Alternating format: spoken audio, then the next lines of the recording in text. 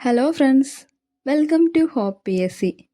5ാം ക്ലാസ്സിലെ social science പുതിയ SCERT text ബുക്കിലെ ചാപ്റ്റർ 7ഉം ചാപ്റ്റർ 8ഉം ആണ് നമ്മളിന്ന് പഠിക്കാൻ പോകുന്നത്.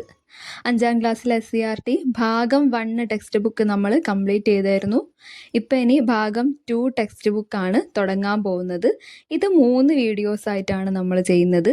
ഈ ഒരു വീഡിയോയിൽ നമ്മൾ 2 ചാപ്റ്റേഴ്സ് കവർ ചെയ്യും, ചാപ്റ്റർ 7ഉം 8ഉം. ചാപ്റ്റർ 7 ഗതാഗത ആശയവിനിമയ സംവിധാനങ്ങളാണ്. ചാപ്റ്റർ 8 നാടറിയാം എന്നുള്ള പാഠമാണ്. അപ്പോൾ ഫസ്റ്റ് പാഠം നമുക്ക് ഗതാഗത ആശയവിനിമയ സംവിധാനങ്ങൾ നോക്കാം. വാഹനം എന്ന പദത്തിൻ്റെ അർത്ഥം വഹിച്ചു കൊണ്ടുപോകുന്ന ഉപകരണം എന്നാണ്. വാഹനം എന്നുള്ള പദത്തിൻ്റെ അർത്ഥം എന്താ? വഹിച്ചു കൊണ്ടുപോകുന്ന ഉപകരണം എന്നുള്ളതാണ്. 1976 സ്വിറ്റ്സർലാൻഡിൽ സൂറിച്ച് തടാകത്തിൻ്റെ തീരത്ത് കണ്ടെത്തിയ ഏകദേശം 4500-ലധികം വർഷം പഴക്കമുള്ള ഒരു ചക്രത്തിൻ്റെ ഭാഗമാണ് ഈ ചിത്രത്തിൽ കൊടുത്തിരിക്കുന്നത്. ഇത് ഉണ്ടാക്കിയിരിക്കുന്ന മെറ്റീരിയൽ മേപ്പിൾ മരമാണ്. മേപ്പിൾ മരപ്പലകൾ കൊണ്ടാണ് ഇത് നിർമ്മിച്ചിരിക്കുന്നത്. ഈ ചക്രത്തിൻ്റെ ഭാഗം സ്വിസ് നാഷണൽ മ്യൂസിയത്തിൽ സൂക്ഷിച്ചിട്ടുണ്ട്. ഹിസ്റ്ററി എന്നുള്ള കണക്ക് കിട്ടിയ ഒരു സാധനം സൂക്ഷിച്ചു വെച്ചിട്ടുണ്ട്. ഓക്കെ, ഇനി ചക്രങ്ങളുടെ കണ്ടുപിടുത്തമാണ് ഗതാഗത രംഗത്തെ മാറ്റങ്ങൾക്ക് അടിസ്ഥാനമായത്. നമുക്കറിയാം, ചക്രത്തിൻ്റെ ഇൻവെൻഷൻ, തീൻ്റെ ഇൻവെൻഷൻ, അതൊക്കെ പറയുന്നത് ഓരോ വിപ്ലവം സൃഷ്ടിച്ചിട്ടുള്ള കാര്യങ്ങളാണ്. ഏകദേശം 5000 വർഷങ്ങൾക്ക് മുമ്പ് മെസ്സപ്പൊട്ടോമിയക്കാർ ചക്രങ്ങൾ നിർമ്മിച്ചിരുന്നതായി കരുതപ്പെടുന്നു. അപ്പോൾ ചക്രങ്ങൾ ഉണ്ടാക്കിയത് ആരാന്നാ പറയുന്നത്? മെസ്സപ്പൊട്ടോമിയക്കാർ. ഓക്കെ, മെസ്സപ്പൊട്ടോമിയൻ ജനത നിർമ്മിച്ച ചക്രങ്ങളാണ്. അതിൻ്റെ മെറ്റീരിയൽ എന്ന് വെച്ചാൽ കട്ടിയുള്ള 3 കഷ്ണം പലകകൾ എടുക്കും, അത് ചേർത്ത് വെച്ചിട്ട് തോൽപ്പട്ടയിൽ ചെമ്പാണി തറച്ച തരത്തിലാണ് മെസ്സപ്പൊട്ടോമിയൻ ജനത ചക്രങ്ങൾ നിർമ്മിച്ചിരുന്നത്. ഓക്കെ, മരക്കഷ്ണങ്ങൾ കൊണ്ടാണ് നിർമ്മിച്ചിരുന്നത്. മെസ്സപ്പൊട്ടോമിയൻ സംസ്കാരം വളർന്നു വന്ന പ്രദേശം എന്ന് പറയുന്നത് ഇന്നത്തെ ഇറാഖ് ഉൾപ്പെടുന്ന പ്രദേശമാണ്. ഇന്ന് ഇറാഖൊക്കെ ഉള്ള ആ ഒരു സ്പേസിലാണ് പണ്ട് മെസ്സപ്പൊട്ടോമിയൻ സംസ്കാരം ഉണ്ടായിരുന്നത് എന്ന് ഓർക്കാം. ഈ മെസ്സപ്പൊട്ടോമിയ എന്നുള്ള വാക്കിൻ്റെ അർത്ഥം 2 നദികൾക്കിടയിലുള്ള പ്രദേശം എന്നാണ്. അപ്പോൾ ആ നദികൾ ഏതൊക്കെയാണെന്ന് നമുക്കറിയണമല്ലോ. യൂഫ്രട്ടീസ്, ടൈഗ്രീസ്. അതായത് മെസ്സപ്പൊട്ടോമിയൻ സംസ്കാരം നിലനിന്നിരുന്നത് യൂഫ്രട്ടീസ്, ടൈഗ്രീസ് നദികൾക്ക് ഇടയിലായിട്ടായിരുന്നു. മെസ്സപ്പൊട്ടോമിയൻ സംസ്കാരത്തിലെ എഴുത്തുലിപി അറിയപ്പെടുന്നത് ക്യൂണിഫോം എന്നാണ്. ഇത് PSCയുടെ പ്രീവിയസ് ക്വസ്റ്റ്യൻ ആണ്. ക്യൂണിഫോം എവിടെയുള്ളതാ? മെസ്സപ്പൊട്ടോമിയൻ സംസ്കാരത്തിലെയാ. പിന്നെ ആദ്യകാലങ്ങളിൽ ഉപയോഗിച്ചിരുന്ന ചക്രവണ്ടികൾ, മനുഷ്യൻ വലിച്ചു കൊണ്ടുപോകുന്ന ടൈപ്പ് ഉണ്ട്, മൃഗങ്ങളെ ഉപയോഗിച്ച് വലിച്ചു കൊണ്ടുപോകുന്ന ടൈപ്പ് ഉണ്ട്, അങ്ങനെയൊക്കെ ഉണ്ട്. ഇതിൽ ഈ ചിത്രത്തിൽ കാണിക്കുന്നത് കുറേ സ്റ്റാമ്പുകളാണ്. ഈ സ്റ്റാമ്പ് എന്ന് പറയുന്നത് വെഹിക്കിൾസിൻ്റെ ചിത്രം മാത്രം, പല ടൈപ്പ് വെഹിക്കിൾസിൻ്റെ ചിത്രം മാത്രമുള്ള സ്റ്റാമ്പുകളാണ്. ഓക്കെ, ഇത് ടെക്സ്റ്റ് ബുക്കിൽ കൊടുത്തിട്ടുള്ളതാണ്, പല കാലഘട്ടങ്ങളിലായിട്ട് വന്നിട്ടുള്ളതാണ്. ഓക്കെ, പിന്നെ ഈ പാഠം തുടങ്ങുന്ന സ്ഥലത്ത് തന്നെ കുറച്ച് ന്യൂസ് കട്ടിങ്സിൻ്റെ പറയുന്നുണ്ട്. അതാണ് ഈ കാണിക്കുന്നത്. എന്താണെന്ന് വെച്ചാൽ ഈ ആശയവിനിമയം, ഗതാഗതം, അതൊക്കെ റിലേറ്റഡ് ആയിട്ട്, പിന്നെ കാലാവസ്ഥാ പ്രവചനം, അതൊക്കെ റിലേറ്റഡ് ആയിട്ടുള്ള ന്യൂസ് കട്ടിങ്സ് ആണ്. ഈ കാര്യങ്ങളെ കുറിച്ചിട്ടൊക്കെയാണ് നമ്മൾ ഈ ചാപ്റ്ററിൽ പഠിക്കാൻ പോകുന്നതെന്ന് കുട്ടികൾക്ക് മനസ്സിലാക്കി കൊടുക്കാൻ വേണ്ടിയിട്ടാണ് ഈ ന്യൂസ് കട്ടിങ്സ് ഇതിൽ കൊടുത്തിട്ടുള്ളത്. ഓക്കെ, ഇനി നമുക്ക് ഫസ്റ്റ് തന്നെ റോഡ് ഗതാഗതത്തിലേക്ക് കടക്കാം. അതിൽ ഫസ്റ്റ് പറയുന്നത് മക് ആദം റോഡുകളെ കുറിച്ചിട്ടാണ്. 1820 സ്കോട്ടിഷ് എഞ്ചിനീയർ ആയിട്ടുള്ള JL മക് ആദം എന്നുള്ള വ്യക്തിയാണ് ആധുനിക രീതിയിലുള്ള റോഡ് നിർമ്മാണത്തിന് തുടക്കമിട്ടത്. വ്യക്തിൻ്റെ പേര് JL മക് ആദം. അദ്ദേഹം ഒരു സ്കോട്ടിഷ് എഞ്ചിനീയർ ആയിരുന്നു. 1820 ആധുനിക രീതിയിലുള്ള ആദ്യത്തെ റോഡുകൾ ഇദ്ദേഹം ഉണ്ടാക്കിയത്. കരിങ്കൽ കഷ്ണങ്ങൾ നിരത്തി റോളർ മെഷീനുകൾ ഉപയോഗിച്ച് നിർമ്മിക്കുന്ന ഇത്തരം റോഡുകൾ മക് ആദം റോഡുകൾ എന്നറിയപ്പെടുന്നു. നമ്മളിപ്പം ഈ റോഡുകളൊക്കെ, നമ്മളെ നാട്ടിലുള്ള റോഡുകളൊക്കെ ടാർ ഇട്ടിട്ടുണ്ടാക്കുന്നതിൻ്റെ മുന്നേ തന്നെ അവിടെ മെറ്റൽസ് വെതറി ഉണ്ടാവും, അതിൻ്റെ മേലെ കൂടി ഈ റോളർ പോയിട്ടുണ്ടാവും അല്ലേ. ആ ഒരു രീതിയിൽ ഉണ്ടാക്കുന്ന റോഡുകൾ എന്താ പറയുക? മക് ആദം റോഡ് എന്നാണ് പറയുക. ഓക്കെ, ഇനി ലോകത്തിലെ 2ാമത്തെ വലിയ റോഡ് ശൃംഖലയുള്ള രാജ്യമാണ് ഇന്ത്യ. ഫസ്റ്റ് വൺ ഏതാന്ന് ചോദിച്ചാൽ അമേരിക്കയാണ് കേട്ടോ. സെക്കൻഡ് ആണ് ഇന്ത്യ. ഇനി ഇന്ത്യയിലെ റോഡുകളെ പ്രധാനമായിട്ടും 4 ആയിട്ടാണ് ക്ലാസിഫൈ ചെയ്യുന്നത്. ദേശീയ പാതകളുണ്ട്, സംസ്ഥാന പാതകളുണ്ട്, അതേപോലെ എക്സ്പ്രസ് ഹൈവേകളും ഗ്രാമീണ പാതകളും ഉണ്ട്. അപ്പം ദേശീയപാത, സംസ്ഥാന പാത, എക്സ്പ്രസ് ഹൈവേ, ഗ്രാമീണ പാത. സെറ്റാണല്ലോ. ഫസ്റ്റ് വൺ നമുക്ക് ദേശീയ പാതകൾ നോക്കാം. ആരുടെ കൺട്രോളിലായിരിക്കും ദേശീയപാത എന്ന് പറയുന്നത്? കേന്ദ്രത്തിന്റെ കൺട്രോളിൽ അല്ലേ? കേന്ദ്ര സർക്കാരാണ് അതിന്റെ മെയിൻ്റെനൻസ് ഒക്കെ നോക്കുന്നത്. ഓക്കെ. രാജ്യത്തിന്റെ വിവിധ സംസ്ഥാന തലസ്ഥാനങ്ങളെയും അതേപോലെ പ്രധാനപ്പെട്ട ഭാഗങ്ങളെയും സ്ഥലങ്ങളെയും ഒക്കെ ബന്ധിപ്പിക്കുന്ന ദേശീയപാതകൾക്ക് ദേശീയ പ്രാധാന്യമുണ്ട്.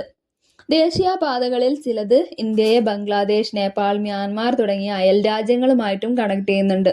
പിന്നെ ദേശീയപാതകളുടെ പരിപാലനം കേന്ദ്ര സർക്കാരിന്റെ ചുമതലയാണ്. ഓർത്ത് വെച്ചേക്കുക, കേന്ദ്ര സർക്കാരാണ് ദേശീയപാതകളുടെ അറ്റകുറ്റപ്പണികളൊക്കെ നോക്കുന്നത്. ഓക്കെ. ഈ ഗതാഗത മാർഗങ്ങളെ നമുക്ക് അതിന് മുമ്പേ സംസ്ഥാന പാതകൾ പഠിക്കാം. സംസ്ഥാന പാതകൾ എന്ന് പറയുമ്പോൾ ദേശീയ പാതകളെ പ്രധാന വ്യാപാര കേന്ദ്രങ്ങളുമായി ബന്ധിപ്പിക്കുന്ന സംസ്ഥാനങ്ങളിലെ പ്രധാനപ്പെട്ട റോഡുകളാണ് സംസ്ഥാന പാതകൾ. ദേശീയ പാതകളെ പ്രധാനപ്പെട്ട വ്യാപാര കേന്ദ്രങ്ങളുമായി ബന്ധിപ്പിക്കുന്ന സംസ്ഥാനങ്ങളിലെ പ്രധാനപ്പെട്ട റോഡുകളാണ് സംസ്ഥാന പാതകൾ. നമുക്കറിയാം SH അല്ലെ, NH ഉം SH. NH എന്ന് വെച്ചാൽ ദേശീയപാത, SH എന്ന് വെച്ചാൽ സംസ്ഥാന പാത. ഓക്കെ. സംസ്ഥാന പാതകളുടെ അറ്റകുറ്റപ്പണികളുടെ ഉത്തരവാദിത്തമൊക്കെ സംസ്ഥാന സർക്കാരിനാണ്. സ്റ്റേറ്റ് ഗവൺമെന്റ് ആണ് അതൊക്കെ മെയിൻറ്റെയിൻ ചെയ്തിട്ട് നിയന്ത്രിച്ചൊക്കെ കൊണ്ടുപോകുന്നത്. ഓക്കെ. ഇനി ജില്ലാ ഹൈവേകളാണ്. ജില്ലാ ഹൈവേ എന്ന് പറയുമ്പോൾ ജില്ലയിലെ പ്രധാന റോഡുകളാണ് ജില്ലാ ഹൈവേകൾ. ഒരു ജില്ലയിലെ പ്രധാന റോഡുകളെ സംസ്ഥാനത്തെ പ്രധാന റോഡുകളുമായി ബന്ധിപ്പിക്കുന്നത് ജില്ലാ ഹൈവേകളാണ്. ജില്ലാ ഹൈവേകളുടെ അറ്റകുറ്റപ്പണിയൊക്കെ ജില്ലാ ഭരണകൂടത്തിന്റെ ചുമതലയാണ്. ഇനി നമ്മൾ ലാസ്റ്റ് വൺ പഠിച്ചത് ഗ്രാമീണ പാതകളാണ്. ഗ്രാമീണ പാത എന്ന് പറയുന്ന സമയത്ത് ഒരു ഗ്രാമത്തെ മറ്റൊന്നുമായും വിവിധ ഗ്രാമങ്ങളെ മറ്റുള്ള ജില്ലയിലെ പ്രധാനപ്പെട്ട മറ്റ് റോഡുകളുമായും ബന്ധിപ്പിക്കുന്നതാണ് ഗ്രാമീണ പാതകൾ. എന്താണ്? ഒരു ഗ്രാമത്തെ മറ്റൊന്നുമായും പിന്നെ വിവിധ ഗ്രാമങ്ങളെ ജില്ലയിലെ പ്രധാന റോഡുകളുമായും ബന്ധിപ്പിക്കുന്നതാണ് ഗ്രാമീണ പാതകൾ. ഗ്രാമീണ പാതകളുടെ പരിപാലനം തദ്ദേശ സ്വയംഭരണ സ്ഥാപനങ്ങളുടെ ചുമതലയാണ്. അതായത് നമ്മളെ പഞ്ചായത്തൊക്കെയാണ് അതിൻ്റെ കൺട്രോൾ. ചെറിയ ചെറിയ റോഡുകളായിരിക്കും അല്ലെ. നമ്മളെ നാട്ടിലൊക്കെ കോൺക്രീറ്റിൻ്റെ ഒക്കെ പാതകളൊക്കെ ഉണ്ടായിരിക്കുമല്ലോ. അപ്പം അതൊക്കെ നിർമ്മിക്കുന്നതൊക്കെ ആരാണ്? നമ്മളെ പഞ്ചായത്തൊക്കെ അല്ലേ. അപ്പം അതായത് ഗ്രാമീണ പാതകളുടെ പരിപാലനം തദ്ദേശ സ്വയംഭരണ പാതകളുടെ സ്ഥാപനങ്ങളുടെ ചുമതലയാണ്. ഓക്കെ. ഇനി നമുക്ക് ഗതാഗത മാർഗങ്ങളെ 3ആയി തിരിക്കാം. കരഗതാഗതം, ജലഗതാഗതം, വ്യോമഗതാഗതം. ഇങ്ങനെ ഒരു നമ്മളെ ടെക്സ്റ്റ് ബുക്കിൽ ഇങ്ങനെ ഒരു ചിത്രമായിട്ട് കാണിക്കുന്നുണ്ട്. ഫസ്റ്റ് തന്നെ കരഗതാഗതം. അതിൽ റോഡും റെയിലും വരും അല്ലേ. റോഡ് ഗതാഗതം, റെയിൽ ഗതാഗതം കരഗതാഗതത്തിൽ ഉൾപ്പെടുന്നു. ഓക്കെ. ഇനി ജലഗതാഗതം ഉൾനാടനും ഉണ്ട്, കടൽ അതുമുണ്ട്. അപ്പോൾ ഉൾനാടൻ ഗതാഗതം ഉണ്ട്, പിന്നെ കടൽ അല്ലെങ്കിൽ സമുദ്ര ഗതാഗതം ഉണ്ട്. അതേപോലെ വ്യോമഗതാഗതത്തിന് 2ആയി തിരിക്കാം. ദേശീയ വ്യോമഗതാഗതവും അന്തർദേശീയ വ്യോമഗതാഗതവും. അതായത് നമ്മൾ വേറെ രാജ്യങ്ങളിലേക്കൊക്കെ ഇന്ത്യയിൽ നിന്ന് പോവുകയെന്നുണ്ടെങ്കിൽ അതാണ് അന്തർദേശീയ വ്യോമഗതാഗതം അല്ലേ. അപ്പം ഇത്രയും ഒന്ന് നോക്കി വെച്ചേക്കാം. പിന്നെ നമ്മൾ ഇത്രയും പറഞ്ഞതിൽ ദേശീയപാത പറഞ്ഞു, സംസ്ഥാന പാത പറഞ്ഞു, ഗ്രാമീണ പാതയും പറഞ്ഞു. ഇനി ഒരു ടൈപ്പ് റോഡ് കൂടി ഉണ്ടല്ലോ, നമ്മളെ എക്സ്പ്രസ് ഹൈവേകളാണ് ബാലൻസ് ഉള്ളത്. ഓക്കെ. അപ്പോൾ ഇന്ത്യയിലെ പ്രധാനപ്പെട്ട ഹൈവേകളിലേക്ക് കടക്കാം കേട്ടോ. ഫസ്റ്റ് തന്നെ സുവർണ ചതുഷ്കോണത്തിനെ കുറിച്ചിട്ടാണ് നമ്മൾ ഡിസ്കസ് ചെയ്യുന്നത്. അത് നമുക്ക് ഒരുപാട് വട്ടം ക്വസ്റ്റ്യൻ ചോദിച്ചതാണ്. ഏതൊക്കെ സ്ഥലങ്ങളെയാണ് കണക്ട് ചെയ്യുന്നത് എന്നുള്ളത്. 4 ഇമ്പോർട്ടൻറ്റ് സ്ഥലങ്ങളെയാണ്. ഓർത്ത് വെച്ചേക്കാം. ഡൽഹി, കൊൽക്കത്ത, മുംബൈ, ചെന്നൈ. ഓക്കെ. ഡൽഹി, കൊൽക്കത്ത, മുംബൈ, ചെന്നൈ. ഏകദേശം ഇന്ത്യൻ്റെ മാപ്പ് വെച്ചിട്ട് നമ്മൾ ഓർത്ത് വെക്കുക. ഏകദേശം മേലെ ഭാഗത്തായിട്ട് ഡൽഹി വരും, കിഴക്ക് ഭാഗത്തായിട്ട് നമുക്ക് മുംബൈ ആണ്, പിന്നെ പടിഞ്ഞാറ് ഭാഗത്തായിട്ട് നമുക്ക് മുംബൈ ആണ്, കിഴക്ക് ഭാഗത്തായിട്ട് നമുക്ക് കൊൽക്കത്തയാണ്, അതേപോലെ തെക്ക് ഭാഗത്തായിട്ട് ചെന്നൈ ആണ്. അപ്പം ഈ കിഴക്ക്, പടിഞ്ഞാറ്, വടക്ക്, തെക്ക് എന്നിങ്ങനെ 4 പോർഷൻസ് ആയിട്ട് ഡൽഹി, കൊൽക്കത്ത, മുംബൈ, ചെന്നൈ എന്നീ 4 നഗരങ്ങളെയാണ് ഈ ഒരു സുവർണ ചതുഷ്കോണം കണക്ട് ചെയ്യുന്നത് എന്നുള്ളത് ഓർക്കുക. ഓക്കെ. ഗോൾഡൻ ക്വാഡ്രിലാറ്ററൽ എന്നാണ് ഇതിൻ്റെ ഇംഗ്ലീഷ് പേര്. ഇന്ത്യയിലെ പ്രധാനപ്പെട്ട വ്യാവസായിക കാർഷിക കേന്ദ്രങ്ങളെ ബന്ധിപ്പിക്കുന്ന ദേശീയ പാതാ ശൃംഖലയാണ് സുവർണ ചതുഷ്കോണം എന്നറിയപ്പെടുന്നത്. ഇത് കടന്നു പോകുന്ന സംസ്ഥാനങ്ങളുടെ എണ്ണം വെരി വെരി ഇമ്പോർട്ടൻറ്റ്. 12 സംസ്ഥാനങ്ങളിലൂടെയാണ് കടന്നു പോകുന്നത്. ഇമ്പോർട്ടൻ്റ് ആയിട്ടുള്ള 4 സ്ഥലങ്ങളെയാണ് കോണിൽ കണക്ട് ചെയ്യുന്നത്. അതാണ് ഡൽഹി, കൊൽക്കത്ത, മുംബൈ, ചെന്നൈ. ഇത് കൂടാതെ ഇത് കടന്നു പോകുന്ന സംസ്ഥാനങ്ങളുടെ എണ്ണം പറയുകയാണെങ്കിൽ 12 സംസ്ഥാനങ്ങൾ. ഓക്കെ. സുവർണ ചതുഷ്കോണം ക്ലിയർ ആണല്ലോ. ഇനി നമുക്ക് വടക്ക് തെക്ക് ഇടനാഴിയും കിഴക്ക് പടിഞ്ഞാറ് ഇടനാഴിയും നോക്കാം. അതായത് ഇന്ത്യനെ എടുത്തിട്ട് ഒരു പ്ലസ് മാർക്ക് ചെയ്ത പോലെയാണ് നമുക്ക് മനസ്സിലാക്കാൻ പറ്റുന്നത്. ഓക്കെ. അതിൽ വടക്ക് തെക്ക് ഇടനാഴി എന്ന് പറയുമ്പോൾ അത് നമ്മളെ ഈ കുത്തനുള്ള പ്ലസിന്റെ കുത്തനുള്ള വര ഓർക്കുക. അതായത് ശ്രീനഗറിനെ കന്യാകുമാരിയായിട്ട് കണക്ട് ചെയ്യുന്നു. ഈ ശ്രീനഗർ എന്ന് പറയുന്നത് എവിടെയാണ് വരുന്നത്? ജമ്മു കാശ്മീരിലാണ്. കന്യാകുമാരി എന്ന് പറയുന്നത് തമിഴ്നാട്ടിലാണ്. അപ്പോൾ ആ ഒരു വടക്ക് തെക്ക് കണക്ട് ചെയ്യുന്നതാണ് എന്ത്? വടക്ക് തെക്ക് ഇടനാഴി. ഓക്കെ, ഇനി കിഴക്ക് പടിഞ്ഞാറ് ഇടനാഴി നോക്കുകയാണെന്നുണ്ടെങ്കിൽ നമ്മൾ ഈ വിലങ്ങനെ വരയ്ക്കുന്ന വര, അതായത് സിൽച്ചാറിനെയും പോർബന്ദറിനെയും, പോർബന്ദർ നമുക്ക് കേട്ട് പരിചയമുള്ള സ്ഥലമാണ് ഗാന്ധിജീൻ്റെ അല്ലേ. അപ്പോൾ ഗാന്ധിജി ജനിച്ച പോർബന്ദർ അത് ഗുജറാത്തിലാണ്, നമുക്കറിയാം പടിഞ്ഞാറ് ഭാഗത്തായിട്ടാണുള്ളത്. അതും സിൽച്ചാറിനെയും, സിൽച്ചാർ എവിടെയുള്ളത്? ആസാമിലാണ്. ഓക്കെ, ഈ ചിത്രത്തിൽ നോക്കുക, ആസാമിലാണ്. അപ്പോൾ ആസാമിനെയും കണക്ട് ചെയ്യുക, സിൽച്ചാറിനെയും പോർബന്ദറിനെയും കണക്ട് ചെയ്യുന്ന, അതായത് ആസാമിനെയും ഗുജറാത്തിനെയും കണക്ട് ചെയ്യുന്നതാണ് എന്ത്? കിഴക്ക് പടിഞ്ഞാറ് ഇടനാഴി. ഓക്കെ, ഇനി റോഡ് ഗതാഗതത്തിന്റെ മേന്മകൾ നോക്കാം. താരതമ്യേന ചെലവ് കുറവാണ് റോഡ് ഗതാഗതത്തിന്. പിന്നെ ഹ്രസ്വദൂര യാത്രകൾക്ക് ഏറ്റവും അനുയോജ്യം റോഡ് ഗതാഗതമാണ്. എല്ലാ വിഭാഗം ജനങ്ങൾക്കും പ്രാപ്യമാകുന്നു. നമ്മളൊക്കെ ഒരുവിധം ബസ്സിലായിരിക്കും പോയി വരുന്നത്. പിന്നെ സൗകര്യം, പിന്നെ വിവിധോദ്ദേശ സേവനം, പിന്നെ ഉൾപ്രദേശങ്ങളിലേക്കുള്ള ഗതാഗത മാർഗം. ഓർത്ത് വെച്ചേക്ക, ഉൾപ്രദേശങ്ങളിലേക്കുള്ള ഗതാഗത മാർഗം. ഇതൊക്കെ റോഡ് ഗതാഗതത്തിന്റെ മേന്മകളാണ്, ഓർത്ത് വെച്ചേക്കാം. ഇനി നമുക്ക് റെയിൽ ഗതാഗതത്തിലേക്ക് കടക്കാം. കരയിലുള്ള ഏറ്റവും വേഗതയേറിയ ഗതാഗത സംവിധാനമാണ് റെയിൽ ഗതാഗതം. റെയിൽ ഗതാഗതം ആദ്യമായിട്ട് ഈ ഒരു സംവിധാനം ഇന്ത്യയിൽ ആരംഭിച്ചത്, ലോകത്തിൽ ആരംഭിച്ചത് ബ്രിട്ടനിലാണ്. ഓക്കെ, അപ്പൊ ബ്രിട്ടനിലാണ് റെയിൽവേ സംവിധാനം ആദ്യമായിട്ട് ആരംഭിച്ചത്. കരയിലെ ഏറ്റവും വേഗതയേറിയ ഗതാഗത സംവിധാനമാണ്. അപ്പോൾ റെയിൽവേ സംവിധാനം ആരംഭിച്ചിട്ടുള്ള ആദ്യത്തെ രാജ്യം ബ്രിട്ടൻ ആണെന്ന് നമ്മൾ പഠിച്ചു. അത് എവിടെ മുതൽ എവിടം വരെയാണ്, ഏത് വർഷമാണ് എന്നുള്ളതൊക്കെ ടെക്സ്റ്റിൽ ഇങ്ങനെ ഒരു ഗ്രീൻ കോളത്തിൻ്റെ അകത്ത് നമുക്ക് കൊടുത്തിട്ടുണ്ട്. വെരി ഇമ്പോർട്ടൻ്റ് ആണ്, നോക്കാം കേട്ടോ. 1825 ഇംഗ്ലണ്ടിലെ സ്റ്റോക്ടൺ, ഡാർലിംഗ്ടൺ എന്നീ നഗരങ്ങളെ ബന്ധിപ്പിച്ചുകൊണ്ടാണ്. അപ്പോൾ 1825 ഇയർ. ഇംഗ്ലണ്ടിലാണ് സ്റ്റോക്ടൺ, ഡാർലിംഗ്ടൺ എന്നീ 2 സ്ഥലങ്ങളെ ബന്ധിപ്പിച്ചുകൊണ്ടാണ് ലോകത്തിലെ ആദ്യത്തെ റെയിൽപാത നിർമ്മിക്കപ്പെട്ടത്. ആരാണ് നിർമ്മിച്ചത്?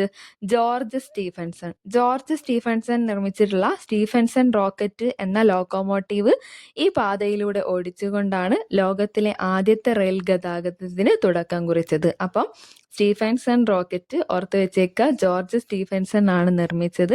1825 ഇംഗ്ലണ്ടിലെ സ്റ്റോക്ടൺ, ഡാർലിംഗ്ടൺ എന്നീ നഗരങ്ങളെ ബന്ധിപ്പിച്ചുകൊണ്ടാണ് ആദ്യത്തെ റെയിൽപാത നിർമ്മിക്കപ്പെട്ടത്. അതിലെ ഈ ലോക്കോമോട്ടീവായിട്ടുള്ള സ്റ്റീഫൻസൺ റോക്കറ്റ് ഓട്ടിച്ചു പോയി. ഓക്കെ, ഇത് പ്രവർത്തിക്കാനുള്ള ഇന്ധനമായി കൽക്കരിയാണ് ഉപയോഗിച്ചിരുന്നത്.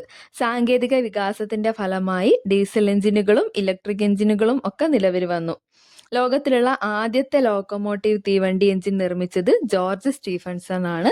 എന്താ പേര്? Stephenson rocket. ഓക്കെ, അപ്പം ഇത്രയാണ് അവിടെ ബ്രിട്ടനിലുള്ള ഹിസ്റ്ററി പറയുന്നത്. പിന്നെ ഈ ഇന്ത്യയിൽ റെയിൽ ഗതാഗതത്തിന് തുടക്കം കുറിച്ച ബ്രിട്ടീഷുകാരാണെന്ന് നമ്മൾ പറഞ്ഞു അല്ലേ. എന്തിനു വേണ്ടിയിട്ടാ? നമുക്ക് നന്നാവാൻ വേണ്ടിയിട്ടാണോ? അല്ല, അവർക്ക് അസംസ്കൃത വസ്തുക്കളൊക്കെ എത്തിക്കാൻ വേണ്ടിയിട്ടായിരുന്നു അല്ലേ. ഇന്ത്യയിൽ നിന്നും അസംസ്കൃത വസ്തുക്കളും പ്രകൃതി വിഭവങ്ങളും കടൽ മാർഗം അവർ യൂറോപ്പിലേക്ക് കൊണ്ടുപോയിരുന്നു. ഈ വസ്തുക്കളും വിഭവങ്ങളും തുറമുഖത്തിലേക്ക് എത്തിക്കാനുള്ള സംവിധാനം എന്ന നിലയിലാണ് റെയിൽ ഗതാഗതം ഇന്ത്യയിൽ ആരംഭിക്കുന്നത്. ഓക്കെ, ഇന്ത്യയിലെ ആദ്യത്തെ റെയിൽ പാത എന്ന് പറയുന്നത് ബോംബെ മുതൽ താനെ വരെ, അതായത് ഇന്നത്തെ മുംബൈ മുതൽ താനെ വരെ ആയിരുന്നു. ഈ പിക്ചറിൽ കാണിക്കുന്നതാണ് അന്നത്തെ ആദ്യത്തെ ഇന്ത്യയിലെ റെയിൽ പാത എന്ന് പറയുന്നത്. 1853 ഏപ്രിൽ 16, ഇത് ഡേറ്റ് അടക്കം PSC പ്രീവിയസ് ക്വസ്റ്റ്യൻ ആണ്. 1853 ഏപ്രിൽ 16 ആദ്യത്തെ റെയിൽപാത, ഇന്ത്യയിലെ ആദ്യത്തെ റെയിൽപാത കേട്ടോ, ബോംബെ മുതൽ താനെ വരെ.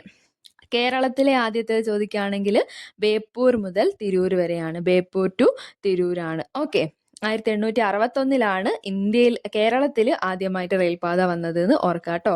1853 ബോംബെ ടു താനെ ഇന്ത്യയിൽ, പിന്നെ 1861 ബേപ്പൂർ ടു തിരൂർ കേരളത്തിൽ. ഇത് രണ്ടും PSC പ്രീവിയസ് ക്വസ്റ്റ്യൻ ആണ്. ഓക്കെ, ഇനി കൂടുതൽ പേർക്ക് യാത്ര ചെയ്യാൻ കഴിയുന്നതും ഏറ്റവും ചെലവ് കുറഞ്ഞതുമായിട്ടുള്ള ഗതാഗത മാർഗ്ഗമാണ് റെയിൽ ഗതാഗതം എന്ന് പറയുന്നത്.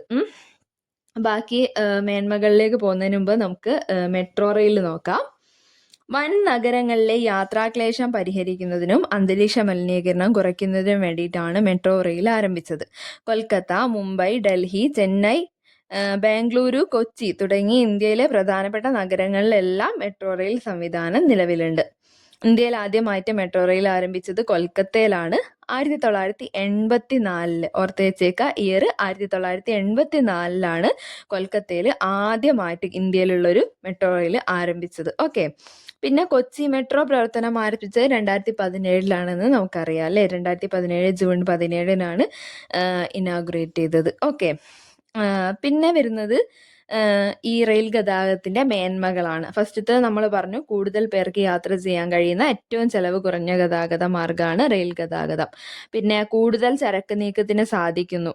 സമ്പദ് വ്യവസ്ഥയുടെ വളർച്ചയിൽ പ്രധാനപ്പെട്ട പങ്ക് വഹിക്കുന്നത് റെയിൽ ഗതാഗതമാണ്. പിന്നെ വ്യാപാരത്തിന്റെ വികാസം, അതേപോലെ മാനവ വിഭവശേഷിയുടെ ചലനാത്മകത വർദ്ധിപ്പിക്കുന്നതും റെയിൽ ഗതാഗതം ആണ്. ലോകത്തിലെ ഏറ്റവും വലിയ പൊതുമേഖലാ സ്ഥാപനമാണ് ഇന്ത്യൻ റെയിൽവേ. ഇന്ത്യൻ റെയിൽവേയിലാണ് ഏറ്റവും കൂടുതൽ ആൾക്കാർ പൊതുമേഖലയിൽ ജോലി ചെയ്യുന്നത്, നമുക്കറിയാം അല്ലേ. ഇനി നമുക്ക് broad gauge, metre gauge, narrow gauge, ഈ 3 നോക്കാം. ഫസ്റ്റ് തന്നെ ബ്രോഡ് ഗേജ്. ഇതെന്ന് വെച്ചാൽ എന്താ, 3 ഗേജിലായിട്ടാണ് ഈ റെയിൽ പ്രവർത്തിക്കുന്നത്. അതായത് broad gauge, metre gauge, narrow gauge എന്നിങ്ങനെ 3 ഗേജിലായി പ്രവർത്തിക്കുന്ന ഒരു മൾട്ടി ഗേജ് സിസ്റ്റമാണ് ഇത്. പാളങ്ങൾക്കിടയിലെ അകലം, ഇപ്പം ബ്രോഡ് ഗേജിന്റെ അകലം എത്രയാണ് എന്നുള്ള രീതിക്കൊക്കെ നമ്മളോട് ക്വസ്റ്റ്യൻ വരുന്നതാണ്. അപ്പോൾ പാളങ്ങൾക്കിടയിലെ അകലം ബ്രോഡ് ഗേജിന് 160 സെന്റിമീറ്റർ ആണ്. മീറ്റർ ഗേജിലാവുന്ന സമയത്ത് 100 സെന്റിമീറ്റർ ആണ്. നാരോ ഗേജിന് പാളങ്ങൾക്കിടയിലുള്ള അകലം എത്ര, 70 സെന്റിമീറ്റർ ആണിത്. മീറ്ററിൽ പറയുന്ന സമയത്ത് 1.6 മീറ്റർ ആണ് ഏതിന്, ബ്രോഡ് ഗേജിന്. അതേപോലെ 1 മീറ്റർ, മീറ്റർ ഗേജ് എന്ന് പറയുമ്പോൾ സ്വാഭാവികം മീറ്റർ 1 മീറ്റർ ആണ്, അപ്പോൾ 1 മീറ്റർ ആണ് അതിന്. പിന്നെ നാരോ എന്ന് പറയുന്ന സമയത്ത് 0.7 മീറ്റർ ആണ്. ഓക്കെ, നമുക്കറിയാം അല്ലേ. പിന്നെ കുറച്ച് 2 മാസ്കോട്ട് പഠിക്കാനുണ്ട്, മിലു, ജങ്കു. കൊച്ചി മെട്രോയുടെ ഭാഗ്യചിഹ്നം ആണ് മിലു എന്ന ആന. കൊച്ചി വാട്ടർ മെട്രോയുടെ ഭാഗ്യചിഹ്നമാണ് ജങ്കു എന്ന അലങ്കാര മത്സ്യം.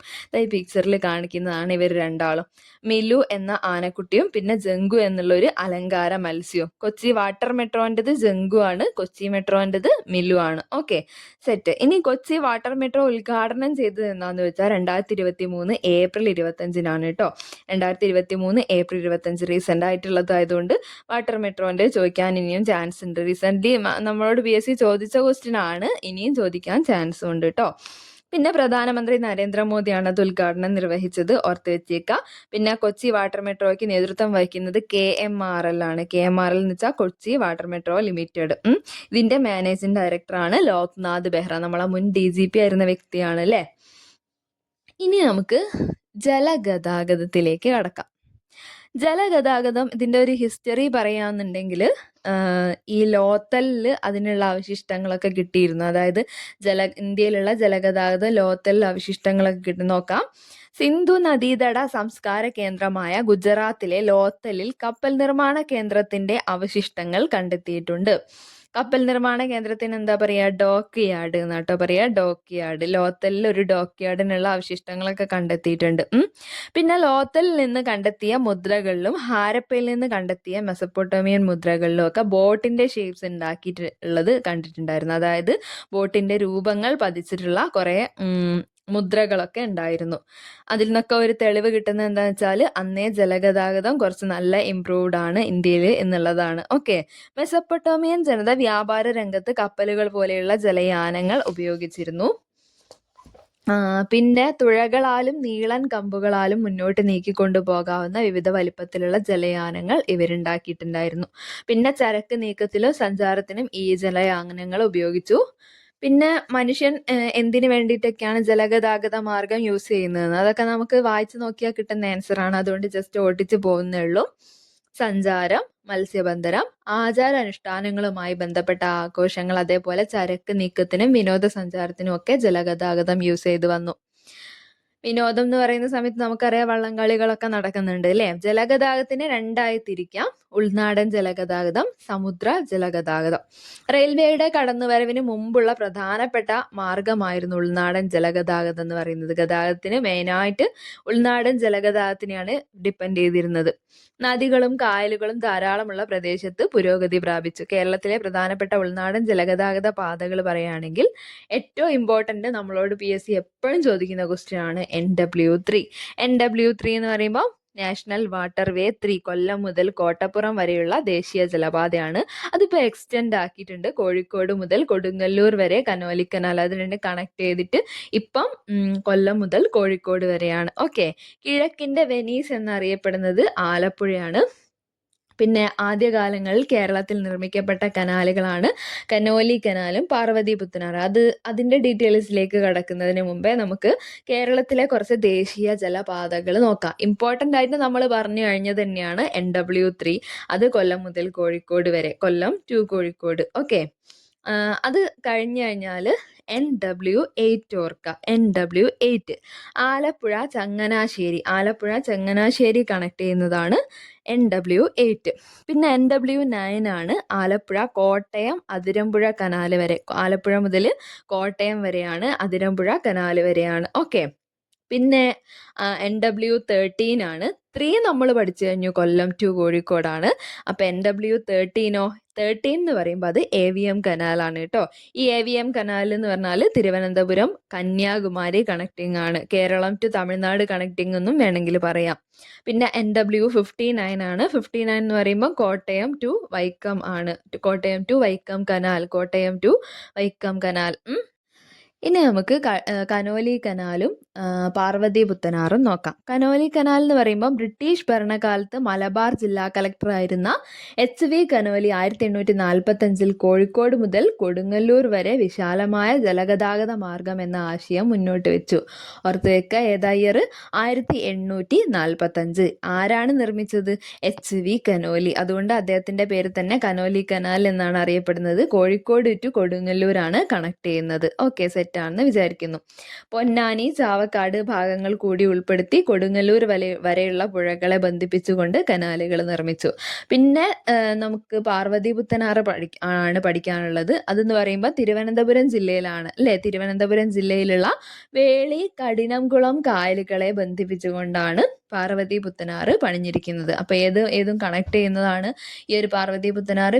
പ്രീവിയസ് ക്വസ്റ്റ്യൻ ആണ്, ഓർത്ത് വെച്ചേക്കുക. വേളി കഠിനംകുളം കായലുകളെയാണ് ബന്ധിപ്പിക്കുന്നത്. ഓക്കെ, ഇനി സമുദ്ര ജലഗതാഗതം സാധ്യമാകുന്നത് തീരദേശ ജലപാതയിലൂടെയും അന്താരാഷ്ട്ര ജലപാതയിലൂടെയും ആണ് എന്ന് പറയുന്നുണ്ട്. പിന്നെ ജലഗതാഗതത്തിന്റെ കുറച്ച് മേന്മകൾ പറയുന്നുണ്ട് ഇവിടെ. അതായത് താരതമ്യേന ചെലവ് കുറവാണ്, മലിനീകരണം പൊതുവെ കുറവാണ്, അതേപോലെ ചരക്ക് സംവഹന ശേഷിയുണ്ട്. അതായത് നമുക്കറിയാം ഈ ഒരു ജലത്തിന്റെ ഒരു പ്രത്യേകത അനുസരിച്ചിട്ട് ഈ വെള്ളത്തിൽ കൂടി വലിച്ചു കൊണ്ടുപോകുന്ന സമയത്തൊക്കെ വെയിറ്റ് കുറയാണ് അല്ലേ ചെയ്യുന്നത്, വെള്ളത്തിന്റെ ആ ഒരു പവർ കൊണ്ട്. അപ്പം ചരക്ക് സംവഹന ശേഷി കുറച്ച് കൂടുതലാണ്. പിന്നെ വിദേശ വ്യാപാരത്തിനൊക്കെ നല്ല സഹായിക്കുന്നത് ജലഗതാഗതമാണ്. കപ്പലുകൾ അല്ലേ, കണ്ടെയ്നർ കപ്പലുകളൊക്കെ നമുക്കറിയാം. വിഴിഞ്ഞം ഒക്കെ ഇപ്പം വന്നപ്പോൾ ഒരുപാട് കണ്ടെയ്നർ കപ്പലുകളെ പേരൊക്കെ നമ്മൾ പഠിച്ച്. അപ്പം അതൊക്കെ എന്താ, ചരക്ക് അങ്ങോട്ടും ഇങ്ങോട്ടും കൊണ്ടുവരാൻ വേണ്ടിയിട്ടൊക്കെ. അപ്പം വിദേശ വ്യാപാരത്തിനൊക്കെ കൂടുതൽ സഹായിച്ചു. ഓക്കെ, അപ്പോൾ ഇതൊരു ജലഗതാഗതത്തിൻ്റെ ഒരു മേന്മയാണ്. അപ്പം ഇനി കേരളത്തിലെ പ്രധാന തുറമുഖങ്ങൾ എന്ന് പറഞ്ഞാൽ കൊച്ചിയും വിഴിഞ്ഞും ഉണ്ട് കേട്ടോ. പിന്നെ നമുക്ക് നോക്കാനുള്ളത് വ്യോമഗതാഗതമാണ്. വ്യോമഗതാഗതം എന്ന് പറയുമ്പോൾ മനുഷ്യൻ ആകാശയാത്രയ്ക്ക് ആദ്യമായി ഉപയോഗിച്ചത് ചൂടുവായു നിറച്ച ബലൂണുകളാണ്. ഈ ചിത്രത്തിൽ കാണുന്ന കണ്ടില്ലേ, ഏറ്റവും വേഗതയേറിയ ഗതാഗത സംവിധാനമാണ് വ്യോമഗതാഗതം. ഈ ഒരു ചൂടുവായു നിറച്ച ബലൂണിൻ്റെ ഒരു സ്റ്റോറിയൊക്കെ പറയുന്നുണ്ട്. ഇതാണ് ആദ്യമായിട്ട് മനുഷ്യൻ ആകാശയാത്രയ്ക്ക് വേണ്ടിയിട്ട് യൂസ് ചെയ്തതെന്ന് പറയുന്നുണ്ട് കേട്ടോ. പിന്നെ ആദ്യമായി വിമാനം തന്നെ നിർമ്മിച്ചത് വിമാനമായിട്ട് തന്നെ, അതായത് ബലൂൺ അല്ലാതെ വിമാനം നിർമ്മിച്ചത് ഓർവിൽ റൈറ്റ്, വിൽബർ റൈറ്റ് എന്നീ 2 ആൾക്കാർ ചേർന്നിട്ടാണ്. ഇവരെ റൈറ്റ് സഹോദരന്മാർ എന്നാണ് പറയുന്നത്. അമേരിക്കക്കാരാണ്. റൈറ്റ് സഹോദരന്മാർ നിർമ്മിച്ചിട്ടുള്ള വിമാനത്തിന്റെ പേര് ഫ്ലെയർ 1 എന്നാണ്. ഫ്ലെയർ 1 അമേരിക്കയിലെ നോർത്ത് കരോലിയിൽ നിന്ന് 1903 ഡിസംബർ 17-നാണ് ഫ്ലെയർ 1 പറന്നുയർന്നത്. ഓക്കെ, രാജ്യത്തിനകത്തും പുറത്തും ദീർഘദൂര യാത്രകൾക്കായി വളരെയേറെ പ്രയോജനപ്പെടുന്ന ഒരു യാത്രാമാർഗമാണ് വ്യോമഗതാഗതം. അപ്പം നമ്മൾ എന്തൊക്കെ പഠിച്ചു? വിമാനം നിർമ്മിച്ചത് റൈറ്റ് സഹോദരന്മാരാണ്. ഫ്ലയർ 1 എന്നാണ് അവരതിന് പേര് കൊടുത്തത്.